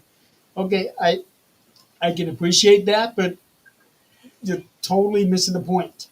Yeah, The entire title, and you will know that I'm not considering it. well, that and nobody that knows you had a concern or turned it in. That's bull. Yeah. Well, it's AI. Yeah. And the title specifically says veteran suicide awareness. Maybe next year hyphenate it. Well, the Mission for Healthy Heroes is the actual name of the event now. I got rid of the word suicide altogether. Okay. And Gonna just have, because of that. Okay. yeah. Well, When I re-uploaded, I used the new title on it. yeah, I was wondering maybe hyphenating it would cause them to skip over it. I don't know. Since it's AI. Yeah, well, you can't trust AI on anything. Yeah, no. No. Well, apparently you can't trust computers right now either. So, the red, if you go to, and you want to switch it, that's the one for the shirts and stuff. Yes, she is. Okay. Speaker connection. Okay. Now do we hear you? I hope so. Yeah, there we go. You now. Okay, that is weird. Push to talk. Yeah, I don't know. I guess from what Zach said, she would have to push it in order to have her mic come on. I don't know. I've never seen that before. And do you see a walkie-talkie on your screen at the bottom of the computer? Next to your little picture.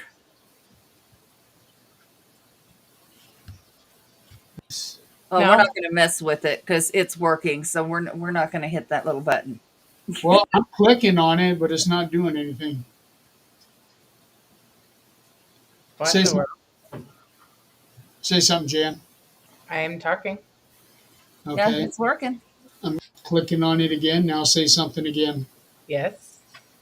No, it's working. Now, if you hold it down, it comes up with little like voice waves, but it doesn't do anything.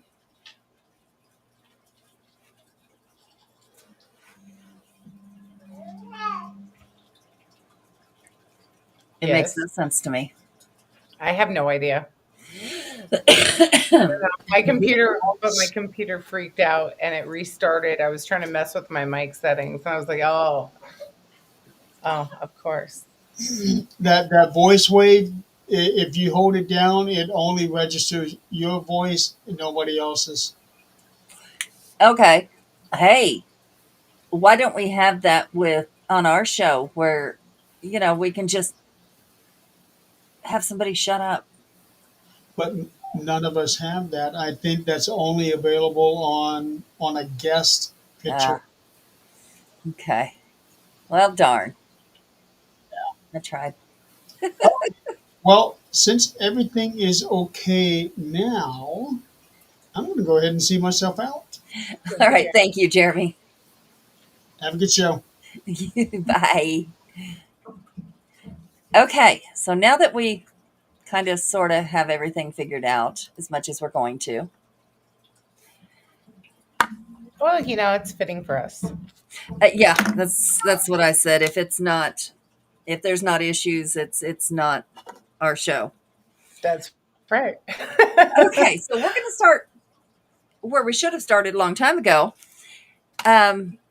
This is a different audience than what we usually do. So you have been military from birth. You grew up military. You were married military. Twice like a dummy. And so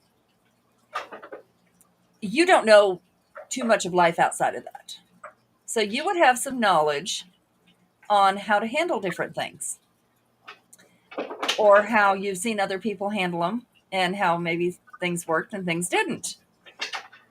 So Tim brought up something which we'll get to, Tim Kohler when he was on, which we'll get to later, but I'm really curious about this one because I've never asked you this one.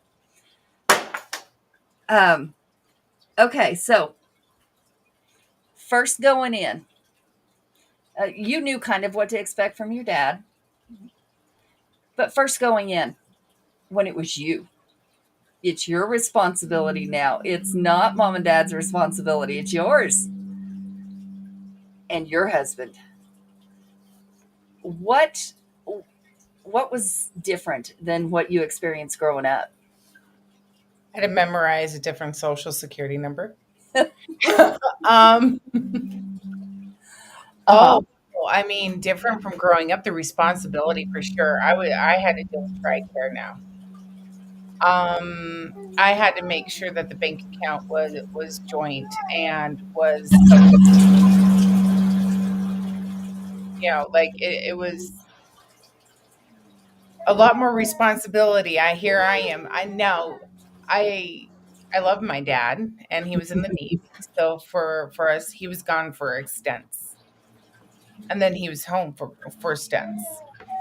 So one of the things that was very different on the end was like my husband's first field problem, and he was gone. And here I am. I have all the bills. I have all the responsibility I have everything laid upon my lap, and I have no one there. My spouse is gone. I cannot communicate, to help me through this. And thank God, my first husband and I we were very, we did everything together with finances because of that, or the grocery shopping. So, for me, the sense of community was different going from a military child to a military wife. Um, Now I'm not required, but it's expected of me to join the FRG and to go to the meetings and to be up to date on everything. And the responsibility of, like, when September 11th happened, oh shit, nobody's here. Yeah. We're left with rear deployment, and we're kind of stuck in the middle of an island and in the middle of an ocean, and it was absolutely terrifying without communication Yeah. to our spouses.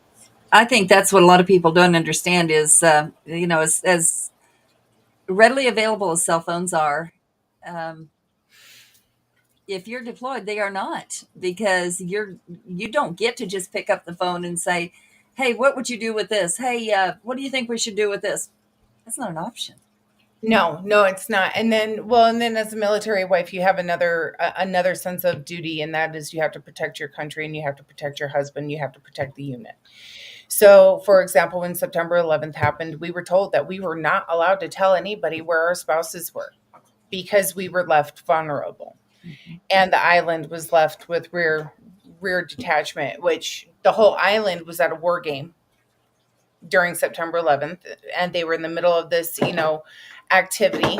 And that's when September 11th happened, and all communication shut down. It was like, no, we cannot communicate. And I couldn't tell my sister-in-law, no, your brother's okay. I don't know. Yeah. He's fine. He's safe. He's where he needs to be. That's all I could say. I couldn't tell a military wife how long it was going to take to get into the gates, because that was a no-no. No, it's a communication that's hard, and that's just during a moment of attack. Yeah. And everything shuts down, and the whole base goes on alert. And where I was at, I was on Wheeler, Army Air Force Base in Hawaii, and historically, that was attacked pretty hard. So we went on complete shutdown. We were to be in our houses. We couldn't leave. Nothing. They were flying people out. It was crazy. It was a madhouse. That's something that Scotty and I think actually Jeremy brought it up, but Tim and Scott were talking about, even after the fact, they couldn't, there's still things that they can't tell anybody, their wives, anybody, doesn't matter. But the wives have that responsibility also. That's right. The thing is when you join you join anybody that you join in union with anybody in the military, okay? And you become their spouse, and you have their children and everything else. It is a job in the military. The military prefers the women to stay home. That is their job. So during wartime, everything can run smoothly at home. There's already a base of operation, and home front is secure, and the man doesn't have to worry. It is our job and our responsibility to hold down the fort. Sorry, my grandson. He's over here he's pounding on the chair. Osias, what are you doing, baby? But we had a sense that we have to protect our husbands from a lot of what was going on here. Yeah. Now my first husband and I divorced, and then my second husband was deployed when we were together.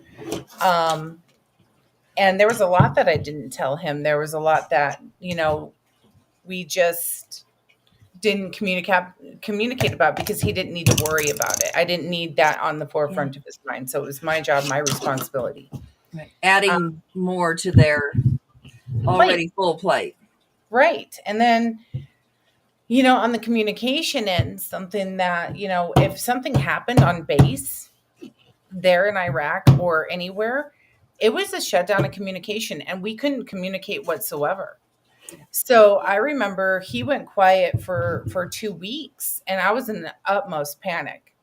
Utmost. I knew something was wrong, with just the military background of knowing, right? So you I don't know. You figure it out. It's a job. That's and okay, so we're talking about veteran suicide and the things they go through and why they might have that happen. What about statistically, do the wives? Is there an issue there? Yeah, there's a huge issue there. I mean, with anybody who is left at home, and they deal with it on their own. We have what we call the adjustment period into the deployment. We have the what we call the we get angry. This is going to sound really funny, but it's easier to be mad and it's easier to be angry in the final moments before they leave. And then you have that I love you moment. What do you want, temper tantrum? He is something else into everything now. So, and we then we do it all ourselves. We're holding it all together. And then we prepare for them to come home. The problem is we don't know who's coming home. Right. That's a stress and that's a worry. And that's something that somebody that has not been in me, I don't know. You marry a certain person and you marry them for those traits, and you get to know that person. And then when they're not that person anymore, is it really the person you married? And then how do you go forward from there? Journey has a song, Faithfully. All right. And then there's a line, basically, I get to learn how to love you all over again. But there might be some traits that are just not as lovable. Right. But you have to accept that that's the person that you married. And this is where hopefully, you have faith. Mm-hmm. And you can turn to your faith. Hopefully you have a foundation between the two of you of friendship and love and communication that you are able to be the person that they go to in their darkest moments. Hopefully that base foundation of friendship and communication, love and respect, you as a wife don't cross that line and we never ask questions specifically or directly. You ask the general question of, are you doing okay? Mm-hmm. You will know if they lie to you, and then you sit down and you have to call them out as their friend. As their friend, if I see you doing something that's going to be detrimental to you, your relationship, I'm going to be like, Adrienne, what the actual is going on here? Mm-hmm. So you should be able to do that with your spouse. And make sure that you have a support system within inside of the FRG or your sisterhood of military wives, or the wives that have been there before. Those are the wives that you're going to turn to look to what worked in this situation, what didn't work in that situation. Yeah. So hopefully before you get to that deployment, you have base ground lines that when they come back, it's guided out, right? Everybody needs rules and regulations, and in a military, you need consistency and you need rules and regulations in your marriage. And that sounds funny, but something like, I know somebody who's like, okay, when you get back from deployment, it's really hard for me to accept the fact that you're going to discipline the kids. It's not your job. I've been doing that for the past year. Please don't tell me how to do this because I've been doing it for the past year. This is my routine. This is my kingdom. This is my domain. This is my job. Don't come in and tell me how to do it. And that would be hard for both. Right. So you have to find that common ground again when they come back. And if they're gone for a year, sometimes it takes 6 months. Sometimes it takes a year to a year and a half to find that grounding again.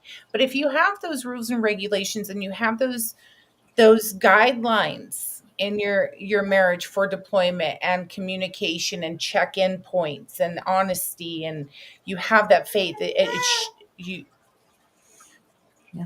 when they come home, you should prepare for happiness of you being united, but understand also that they've been living in an isolated condition away from everybody, and it's going to take them time. So you need to give them their space, right? That's You need to give them their space with the checking in, with the making sure that everything is all right, with the making sure that you and your marriage is okay, the kids and their relationship with your spouse is okay. And it's a lot of work. It's Yeah, yeah. It takes a special person to do it. I could not. Um, that's just not. I mean, yeah. I guess if I absolutely had to, I maybe, but no guarantees. But what about, okay? So your dad, was he in conflict time? I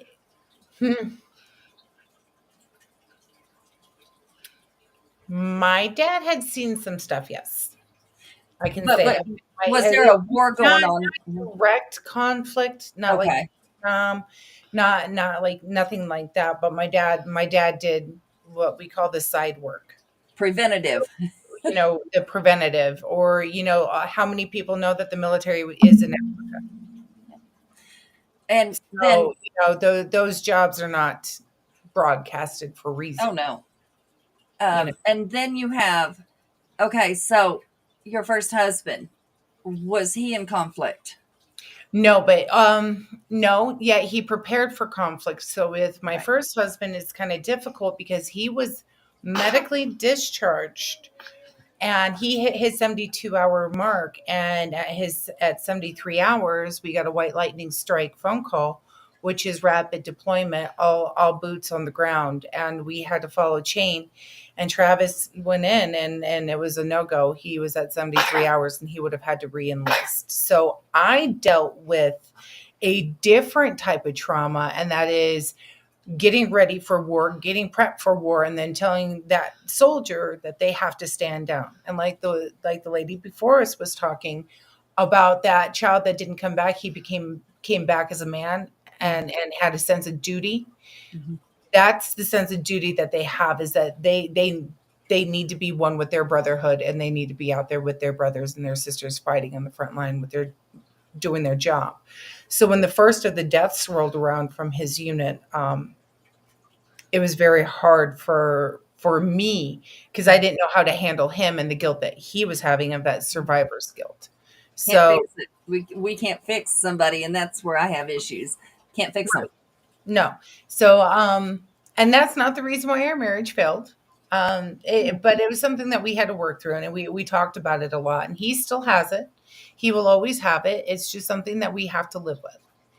My second, that's a whole bunch of guilt in a whole different aspect and realm of things, and what he gave up personally And for he the was time. in war.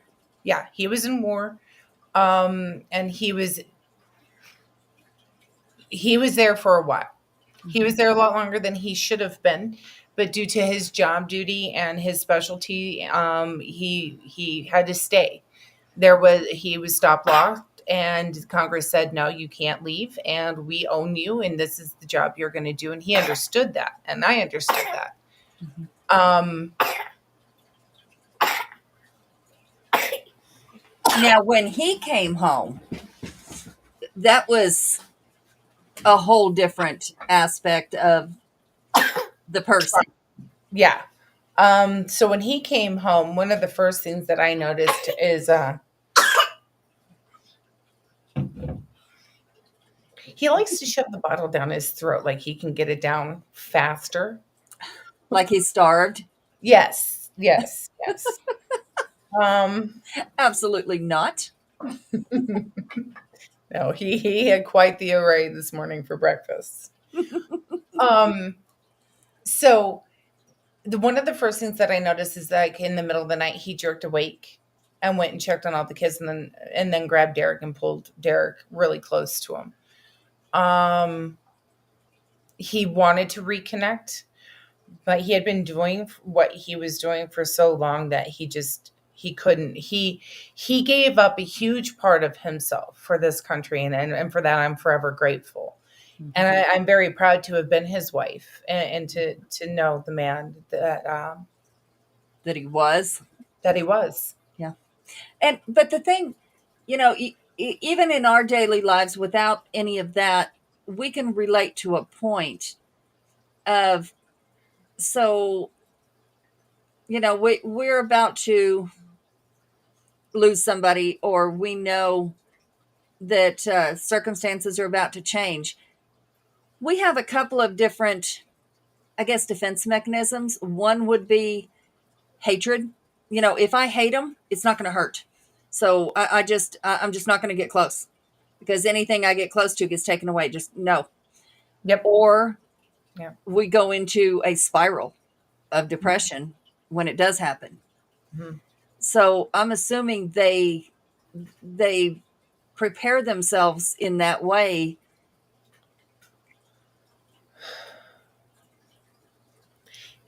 We, as a military community, understand that nothing is guaranteed. Tomorrow is not guaranteed. And when they come back, sometimes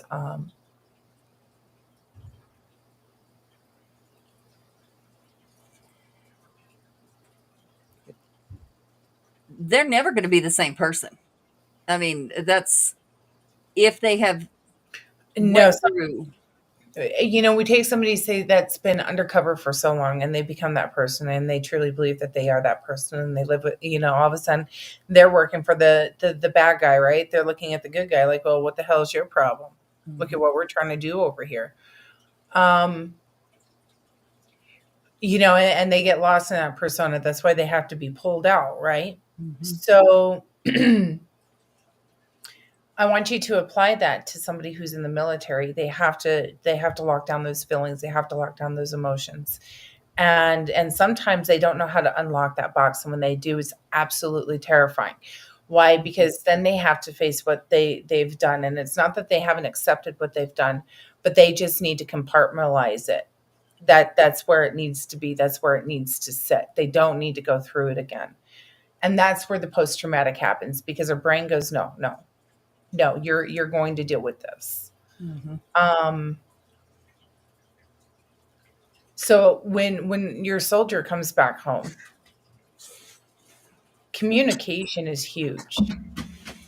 And they may get irritated with you, and they may get frustrated with you, and you don't have to be persistent about it. Mm-hmm. But you will know signs if they're not themselves. So you will know if they're acting. Because if they're okay the second that they get home, they're bad actors. They're not okay. They've been practicing this in their head for fucking months. Yeah. Don't fuck with me, because I'm sitting on the other end and I'm practicing what it's going to be like when you come home. Yeah. Do they have protocols in place? Yes, they do. Every soldier coming back should go through what they call is the mental check. So they come back, boots on ground, they get home, main homeland. They should be going in for, eval. Is that the debriefing? That's the debriefing. They get their suicide talk, they get their mental health talk, then they get their mental health evaluation. Depending on where they were at and what they were doing, sometimes this takes up to 2 weeks. Sometimes it's just 72 hours or a week. They get you back to your base and everything else. And that's where you see most of the time the soldiers coming home and coming to the base. They've already been stateside, and they've just been defragging. Yeah. So it's something as stupid as we take for granted every day, driving. Do you know that it is not recommended for a soldier to drive when he comes back from overseas? I can believe that. Because they're not supposed to stop. They don't stop. They don't stop at roundabouts. They don't stop at red lights. You see the military coming, you stop for the military, because if they stop, they're vulnerable. So they have to keep on going. So if you're standing in the middle of the road, you will get ran over. Mm-hmm. So that's one thing that, a lot of people don't necessarily understand. So you have soldiers with road aggression because of these things, or they're so used to. Yeah. And they have to reprogram and they have to rechange. Sleeping in their own bed sometimes. Actually, 99.9% of the time, sleeping in their own bed is a hard problem. Yeah. Now they've been on grounds, or they've been on cots, or they've been on rocks, or wherever they land. Mm-hmm. Upright in a plane, you know. Well, that goes into, okay, so they do the debriefing, they do, the suicide talks. Okay, a lot of them have not even processed what's happened. They haven't transitioned from where they were to where they are.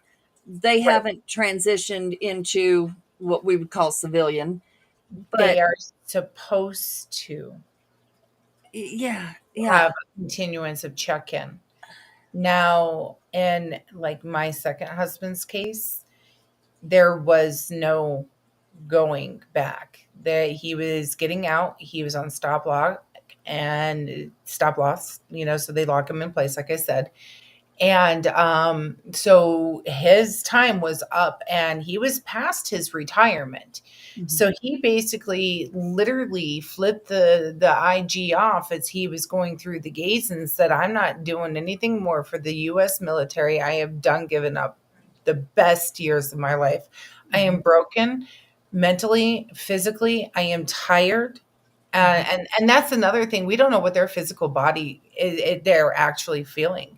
Right. I mean, my second husband walks around with a broken back and a broken neck, and he's doing construction and he's doing this and he's doing that. The sicknesses that they come down with, they don't necessarily tell you when they hurt. Yeah, and that's what an attitude. That's now where we're starting to actually talk about it, because the military was not talking about it and the wives didn't. We're in a different world now where a lot of things are discussed. And one of the things that I'm seeing in our little world here is there is not continuation of care for the veterans. Yes, I know that there's a lot of people that claim to be veterans that are out with signs that never were, but there are some that were. And how do we allow people that gave up everything, and including their life, I mean, in one way or another, whether it's their real life that they had before or whether it's their actual life, how do we allow that to just, So here's a different aspect of that, if I may. An aspect that maybe people don't look at. My second husband is obviously not in the picture anymore. I will never speak another word to him. I will never see him again. Mhm. I had to walk away because he made the choices he made, and I had to just carry on and move forward with the mission, which is raising the children in the best environment that I can raise them in. Mm-hmm. Sometimes they do it because they have to. I'm fortunate enough, although you've been by my side since the beginning. I've had to worry about him. I've had to worry if I'm gonna get that phone call, if I'm gonna get that knock at the door. I still have to worry. Because I'm still legally binded to him. So my mental strain with that is a lot. So how do we allow people to just live on the streets and stuff like that? Sometimes they need, well, and he wasn't on the streets, but I think you understand where I'm coming from. Yeah, there's some you can't do anything for because they refuse. I've worked with the homeless, veterans at King's Veterans Center in Wapaka, Wisconsin, which is one of the biggest nursing home. It is the largest nursing home facilities in the United States. It's its own city.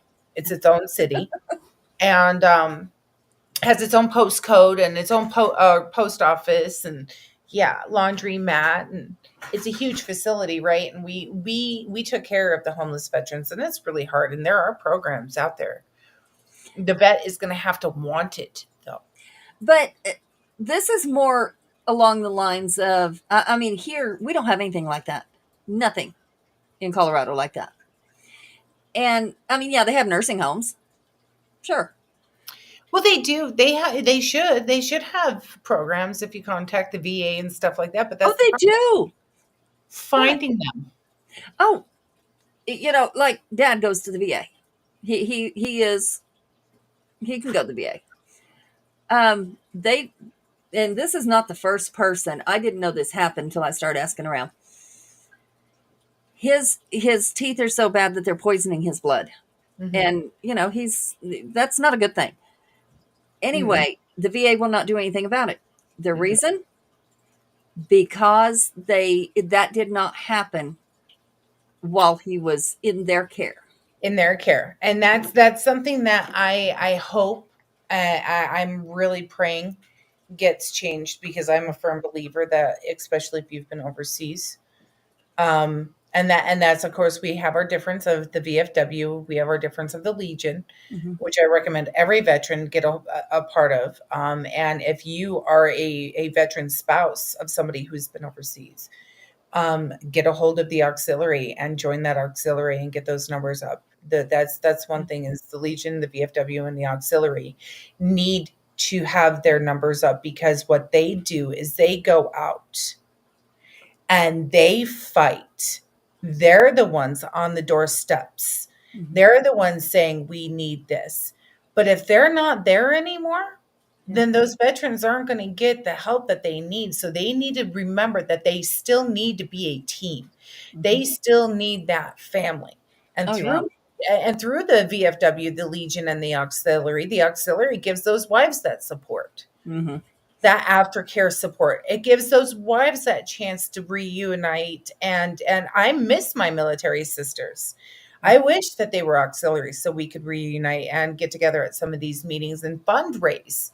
You know, and your fundraising brings awareness. You know, and that awareness brings more money, and that more money brings more programs and more opportunity to get the new members up to date and get computer systems and get what they need.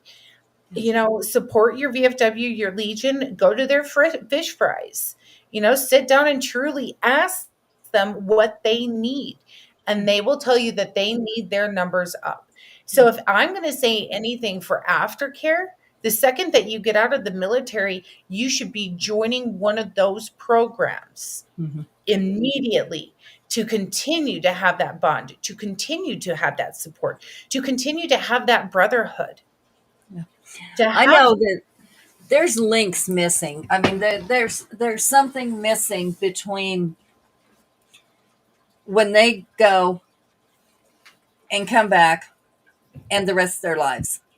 That there's something missing there, because one of the girls that used to work for me in New Mexico, I just watched her little TikTok, whatever it was. I knew her dad was military, and I knew he had been fighting Agent Orange, which is what Uncle Barry just died of. He actually lasted a lot longer than his brother did, which was months after they told him he had it. But this man has fought it for a long time. And all of a sudden they took away, first they took away his oxygen, which I understood. They told him, you either stop smoking or you don't have your oxygen. Well, yeah, that's a danger. Yeah. Well, no, I mean, he didn't do it together, but still, I understand why they could do that. I get that. Second, they took away his pain pills. And it's like, okay. He goes What to did they the ER. replace it with? Huh? What they replace it with? Nothing. That's my rebuke. Like, you know, I would have been like, well, what are you going to replace it with? Yeah. I And understand that's the getting your vets problem. off of drugs and getting your vets off of painkillers, but not somebody who's terminal. Yeah. Well, see, that's the thing. They didn't tell him. I mean, yes, he's terminal. Yes, he knew he had Agent Orange, but that wasn't, he was going through kidney dialysis, things like that. So hospice, I worked hospice. And the second that you get a diagnosis like that, you can be on hospice. It's end of life care. And at end of life care, we don't deny any of that. So the VA is completely wrong and they are crooked. The VA medical system is crooked and needs to be That's what I'm getting to. I'll say it. He and this just I would have always said no, that doesn't happen. Or you said something wrong, or you did something wrong, or he was abusing the pills, or some reason, but it wasn't. He goes to the ER because he's in so much pain at this point. And, when there's pain on top of pain, you think there's something else going on other than your normal stuff going on. And his daughter was in there with him, and the doctor comes in after all his scans and says, "How long have you had bone cancer, sir?" He said, "I don't." And he said, "Okay, give me a minute and I'm going to make a phone call." Calls the VA, gets the records. They've known for 4 years and never told him, never treated him that he had that bone cancer. They just put it up under Agent Orange and didn't elaborate that he had it, never told him he had it. And this is why he's hurting. We have people that are coming back with that metal toxicity. And that's one thing that I know that my second husband probably has, and part of the problem that we were fighting, along with the post-traumatic and the stress and everything else. But that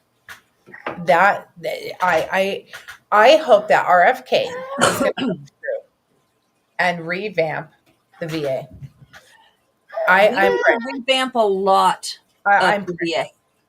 And I hope that the one thing that you know what, I'm going to be, this is going to sound, I'm going to be a broken record with this again. It used to be the second that a member got out of the service, we had somebody from the VA or the Legion, the VFW and the Legion sitting right there going, "Hey, listen, this is what we do. This is why we do it." Yeah. Once again, I'm going to say the VA hospitals are crooked. Don't even get me started on the nursing homes and the care that's received there in those nursing homes. It twists my stomach. Yeah.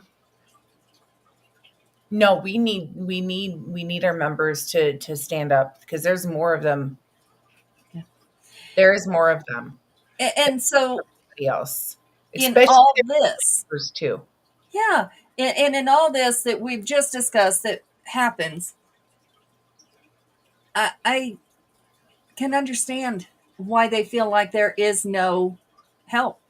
And this is it. This is rock bottom, and I may as well end it. So this is the thing. This is what we need to look at. If there is no help from the outside, then how can we join together to make sure that we are heard? That's once again the Legion, the auxiliary, that is the VFW. Make sure you are heard. Go out there and state your claim, and put your foot down, raise your voices, stand together.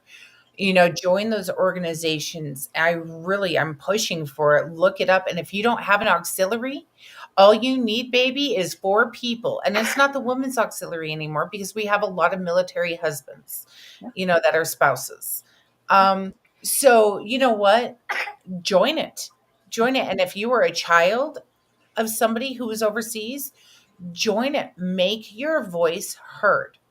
And then you stand with the VFW and you stand with the Legion, and you get those VFW and those Legion members to go out there when that service member gets out and say, "Hey, listen, we need you.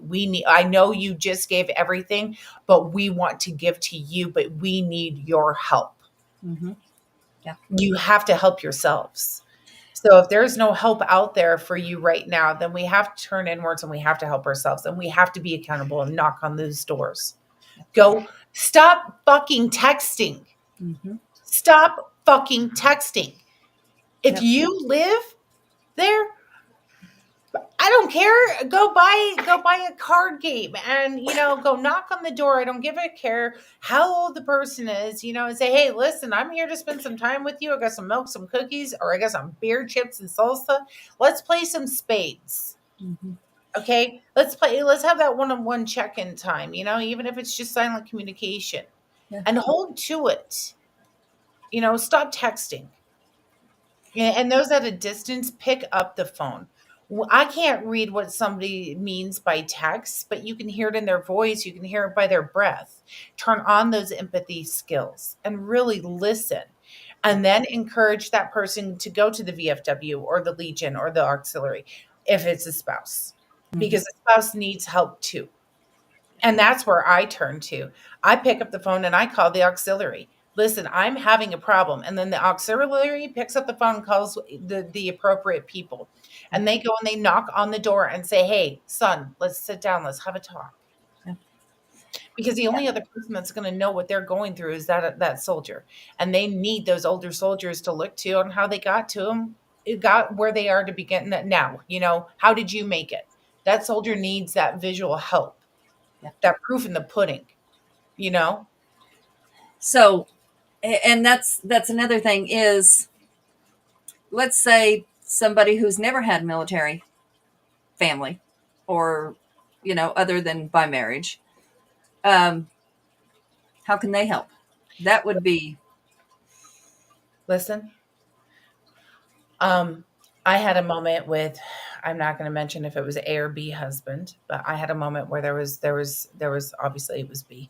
There was some severe post-traumatic there, and something triggered him, and he flew into a post-traumatic moment, and I was left to deal with it on my own. And it involved a firearm, and then it involved surgery, a month later on my knee. And I had to literally manhandle him and put him into place.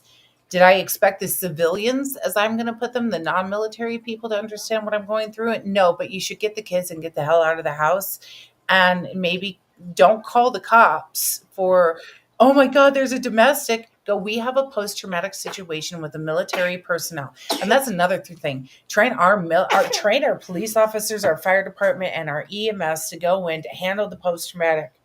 Teach them how to go in there and handle somebody. I don't care if it's suicide. We used to have suicide negotiators. Where are they now? yeah, I've noticed here in the last couple of years that, I don't know if it's everywhere, but I know it's here, that let's say you call and say, hey, I'm having this issue, and the person I'm having the issue with has a mental disorder, and you say what it is, and they send a negotiator that specializes in that mental disorder. Once you're not a child anymore, that's gone. So do you know something? I'm gonna tell everybody this. This is a little known fact. Do you know it is illegal to commit suicide? So if you attempt suicide, you can be held liable. No, actually, I did not. So yeah, and that's something that's really messed up, and a lot of people don't know that, but it is illegal to commit suicide. So for common sense purposes, why am I going to call for help for something that's illegal? Mm-hmm. And we don't have mental health in this community anymore for anybody. Mm-hmm. You need to build your communities. You find your military personnel that are out there, and you hold on to them. I just met somebody in Wilcox, Arizona, when I was on a small vacation. Was stationed at Schofield Barracks, Hawaii, same place I was stationed, or not stationed, but was living. My first husband was stationed. We lived on the same street. Everything else, turn around, and like a couple of days, yesterday, I get a Walmart delivery order, and the guy's like, he said something, and I went, yeah. I said, but I'd rather be here than Hawaii. And he goes, man, Schofield Barracks sucked. I just looked at him and went, oh, you too? He goes, yeah, I can't even do that, and there's a bond there. Even though they served, I was the military wife there. There's a bond, there's a commonality, because Hawaii sucks as a duty station. It really does. I'd rather be in Alaska. But there's a bond there. We just nod, and we just know we understand each other, and we support each other. And I throw out, hey, I appreciate the fact that you chose that shitty duty station.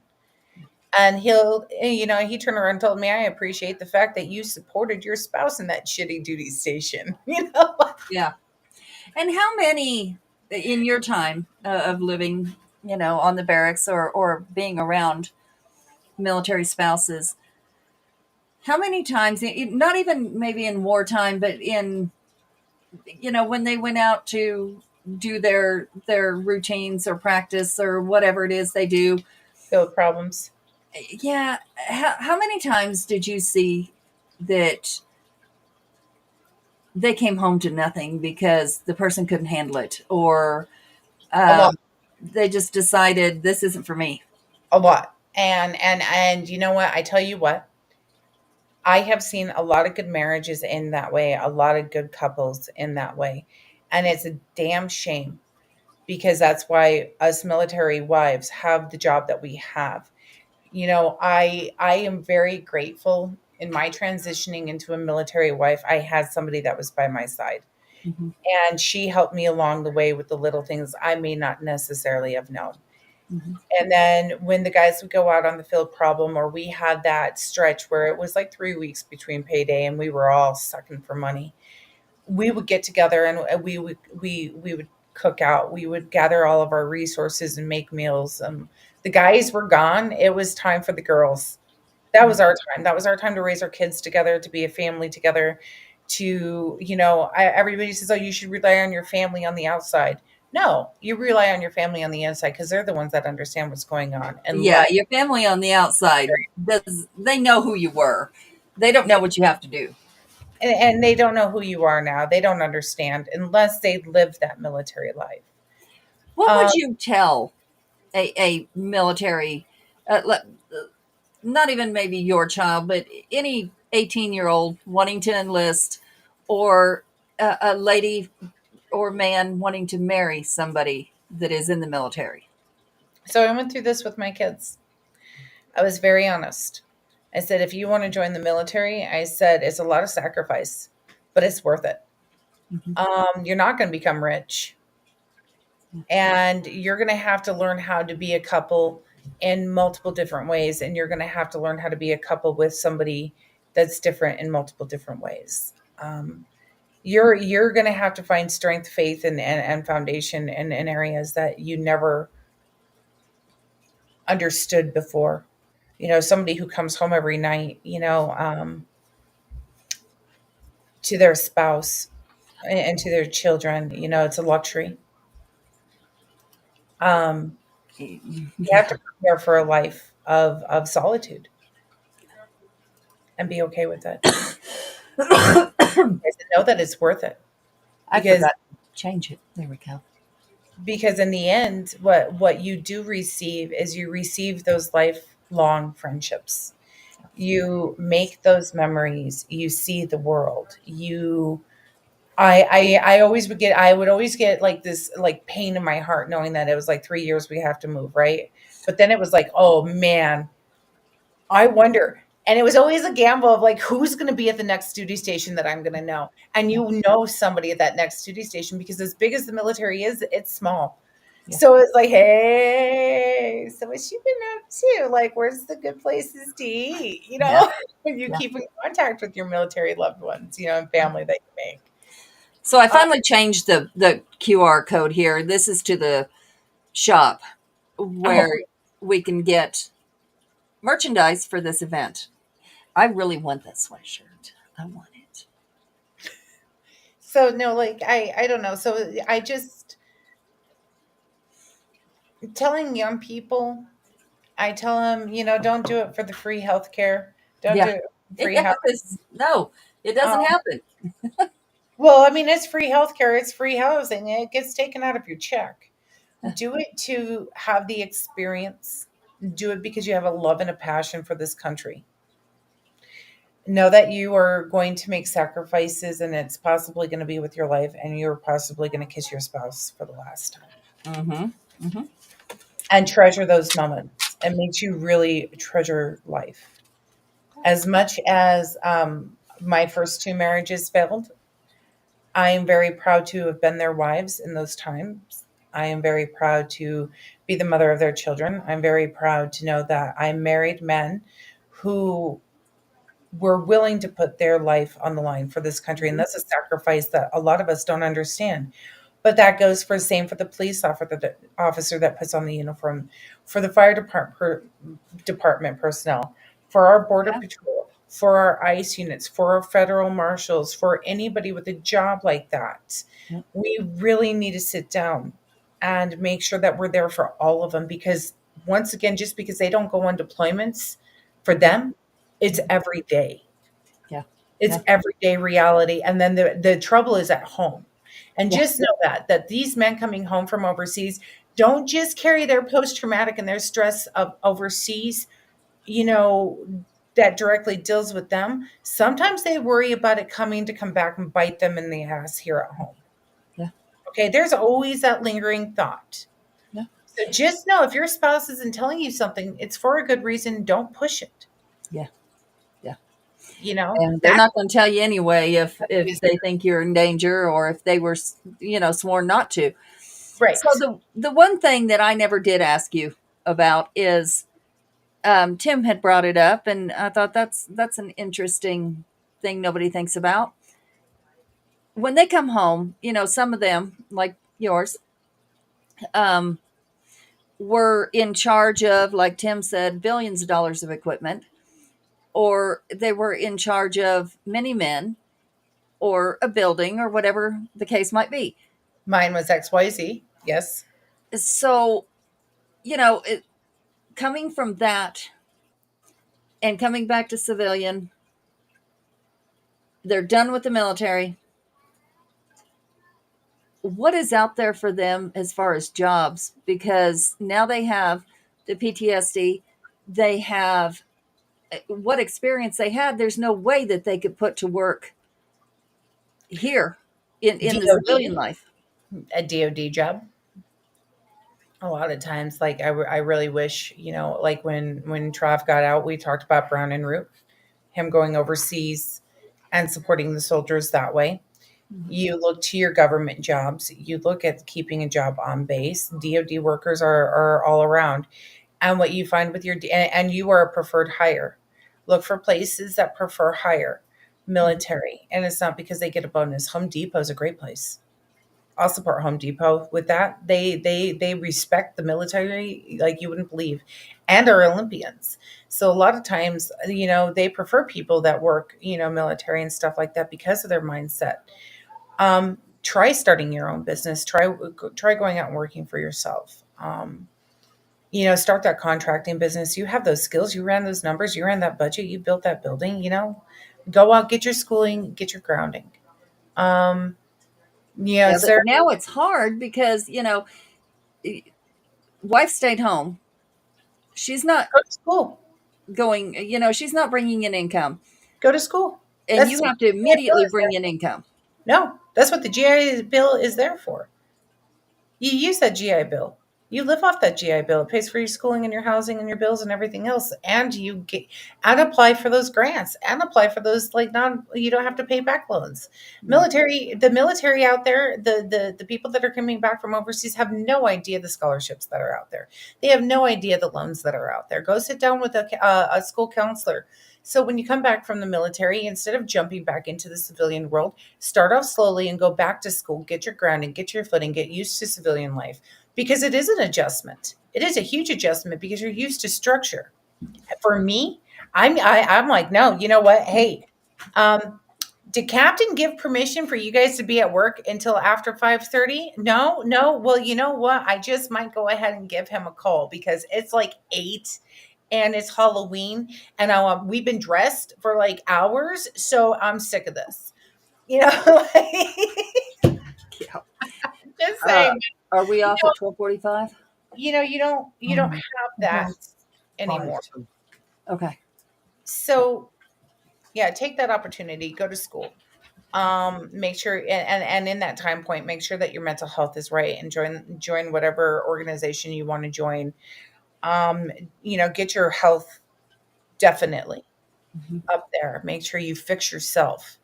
Get healthy. Like I don't know what the segment was before, but I liked the end catching of it because it talked about healthiness. And yeah, get healthy.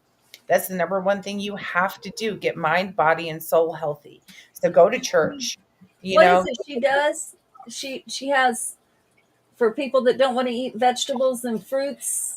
It's called Juice Plus, Okay. and it's dried or powdered supplements that gives you your daily required fruits and vegetables. Because you need and that's what I told her. Yeah. Uh-huh. We need That's our fruits exactly and what I told her. I vegetables. said, you know what? I'm lousy when it comes to that. Mm-hmm. Yeah. So, and I told the people before, the two guests before that I was terrible when it came to drinking water.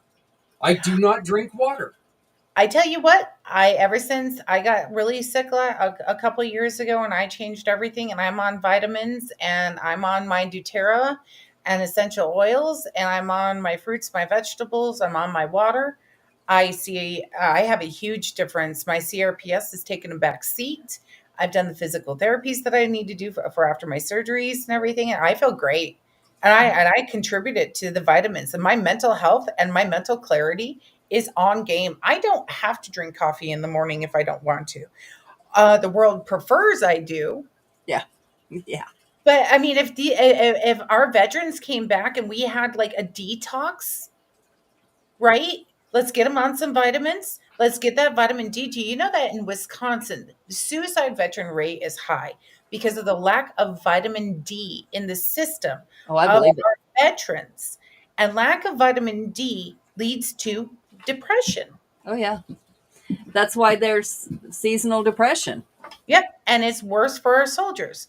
And a lot of times it's because of I'm not saying the vaccines are bad, but I'm saying they receive a lot of vaccines that take a hard hit to their body. Yeah. So why don't we, after they do get something like that, why don't we pump them up full of vitamins? Yeah. I do believe that our military should be on a better health care system that way. And they should be healthy. And when they come out, get those healthy vegetable vitamins in their system and let it be lifetime. Yeah. They deserve that. Yeah. They shouldn't have to pay for that. And their body's already fighting whatever, Right. on top of the vaccines. But wherever they were, the new bacteria that's been introduced to them and Red the chemicals. Don't even talk about red air. Red air that those guys were exposed to is nasty, and it's literally red, and it's thousands and thousands of years of feces. That's got to be good for you. So, I mean, let's get them healthy. And if you get their body healthy, it's easier to get their mind healthy because then their mind's not clouded and it's not focused on the pain and it's not focused on the misery and it's not focused on the reminder.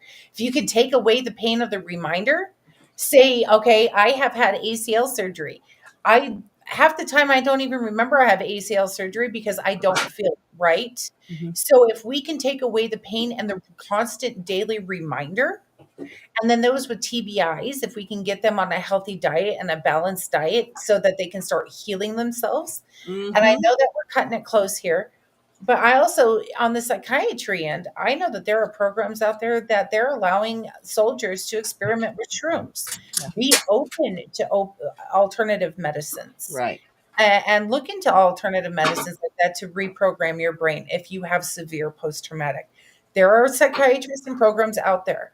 I wish that it was readily available for information. It's not, and it needs to be. But you have to do your homework. Yeah. And that, honey, do we still have that lady on our website that does the doTERRA? Yes. Okay. So, Jen. My sister-in-law. Yeah, my sister-in-law did the doTERRA. Holly Miller. Okay.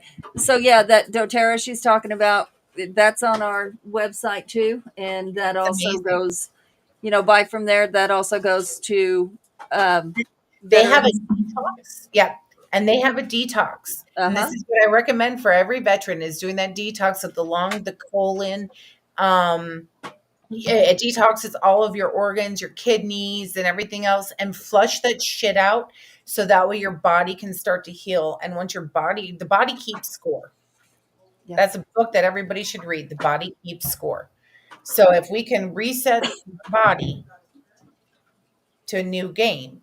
And that's for anyone, that's everyone needs, we're all eating crap that is full of stuff that we should not be eating. And, you know, the older you get, the more you realize, you know, used to that was just like, yeah, whatever. This is what people have been eating forever. No, it's not. That's the thing. It is not what we've been eating forever. You know, I come from farm fresh, garden fresh, you know, and the past 5 years I've had to eat out of a big box chain store that I don't appreciate. And I've gone to Hungry Root and I've gone back to all organic, and I see a difference in my kids. I see a difference in myself, and our attitudes are better. There is no artificial this or that. So even if you have a limited budget, Hungry Root is the way to go. It's $150 for my family a week. A week, where at the store I was spending, you know, 500, 600, and there's no waste, and it's all healthy. So there are options, and they do your dietary, whatever you prefer, you know, and they have the meals ready, and you know, you 15 minutes and you're done cooking, and you That have a works healthy good. portion meal. For two of us, that would be great. You know, we could do that real easy. The other two don't eat very much, so that's not, you know, it's not so bad. And from what I understand, they give bigger portions than really one person can eat. Even if you put down two people or one person, it's more than one person. Hungry Root? Yeah. No, I tell you what, it's perfectly proportioned here. Perfectly proportioned, and that's between a teenager. I have no leftovers ever. That's what we need. And so there's no waste. So now you're getting from your small businesses that support our veterans. You're getting, you know, because that's where Hungry Root gets their stuff from, and you're supporting organic. You're not supporting, our pesticide GMO companies, and you're doing wonders for yourself, and then you become a better you. And when you become a better you, then you can help others become a better them. Yeah. By educating and living by example. And that's something our son said, you know, in Japan, we were talking about the differences in food and things like that. And there's not all you can eat buffets and things like that there. But besides that, the things that they offer you, the cheap things in Japan, are the healthy things. Here, you go to do organic, you go to do, you know, whatever, it's expensive. Fruits and vegetables there are cheap. You can eat those all day long and be broke. Right. And I think that's what I like about Hungry Root, because now it's realistic. It's tangible for me to eat organic. Yeah. And I know that there's other places out there that you can get yours from. I specifically use Hungry Root. I'm not promoting them or anything. Actually, I mean, do it. I mean, if you feel like it's a fit for you, do it. Don't do it because I told you to do it. Do it because you want to do it. But look into it, you know, and see. And their meals are delicious. I have to tell you, 4 ingredients for a meal, and you're like, and then you eat it, and you're like, hey, now I should have been doing this a long time ago. I've heard that it actually tastes good. It's not. I had hummus for the first time.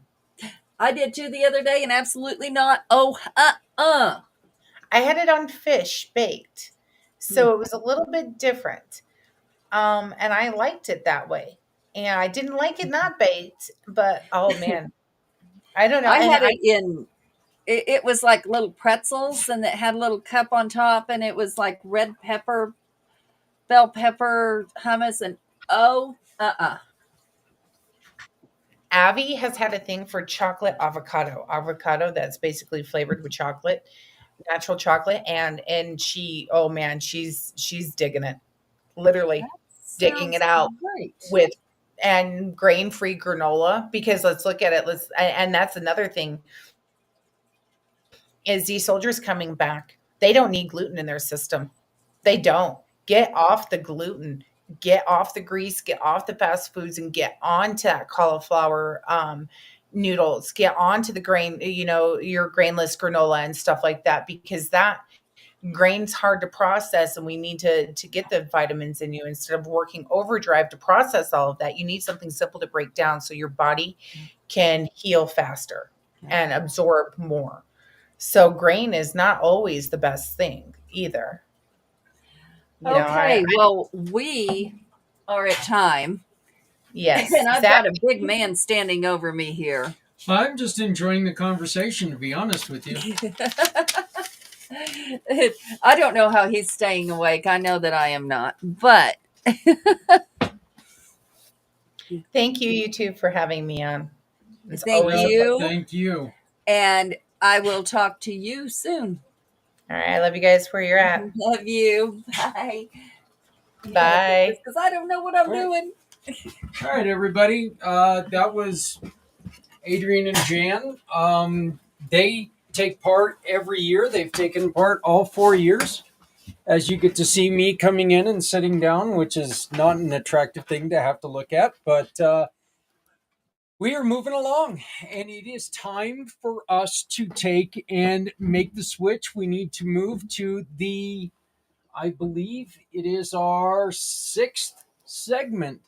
So we're moving along. We've got a couple guests right at the top of the hour. You are watching Mission for Healthy Heroes. I love the topic about the food. Look, we've talked a lot of the last couple hours about health and nutrition and the benefits of that, and it's just alternate. We are going to be talking a little bit later tonight about some of the other stuff, including virtual reality treatment. I did a little bit of study on this virtual reality treatment. And as a matter of fact, 2 years ago, we had a segment where people were playing video games and they were able to be themselves as the way they were in the service. They were able to be themselves again and talk the way that they talked and communicate the way that they were taught to communicate. And it was just a place where they got to be who they were when they were trained, and it was really neat to watch the camaraderie. I'll be honest, I didn't understand a lot of it because I've never been part of that. So, but we are heading into like I said, the 6th segment. We are heading into our number 12. We are over halfway there now. 1 hour over halfway. So that means we've got 1 hour less than halfway to go. That's okay. You guys are all making it wonderful. You're doing a wonderful job. I need you all to please do me a favor, and the red QR code, when you see hello dog, the red QR code, that is how you get to the website, communitypayitforward.us/mission for healthy heroes. Please go onto the website. Thank you, Joanna, and it's good to see you're still sticking around. You were up early.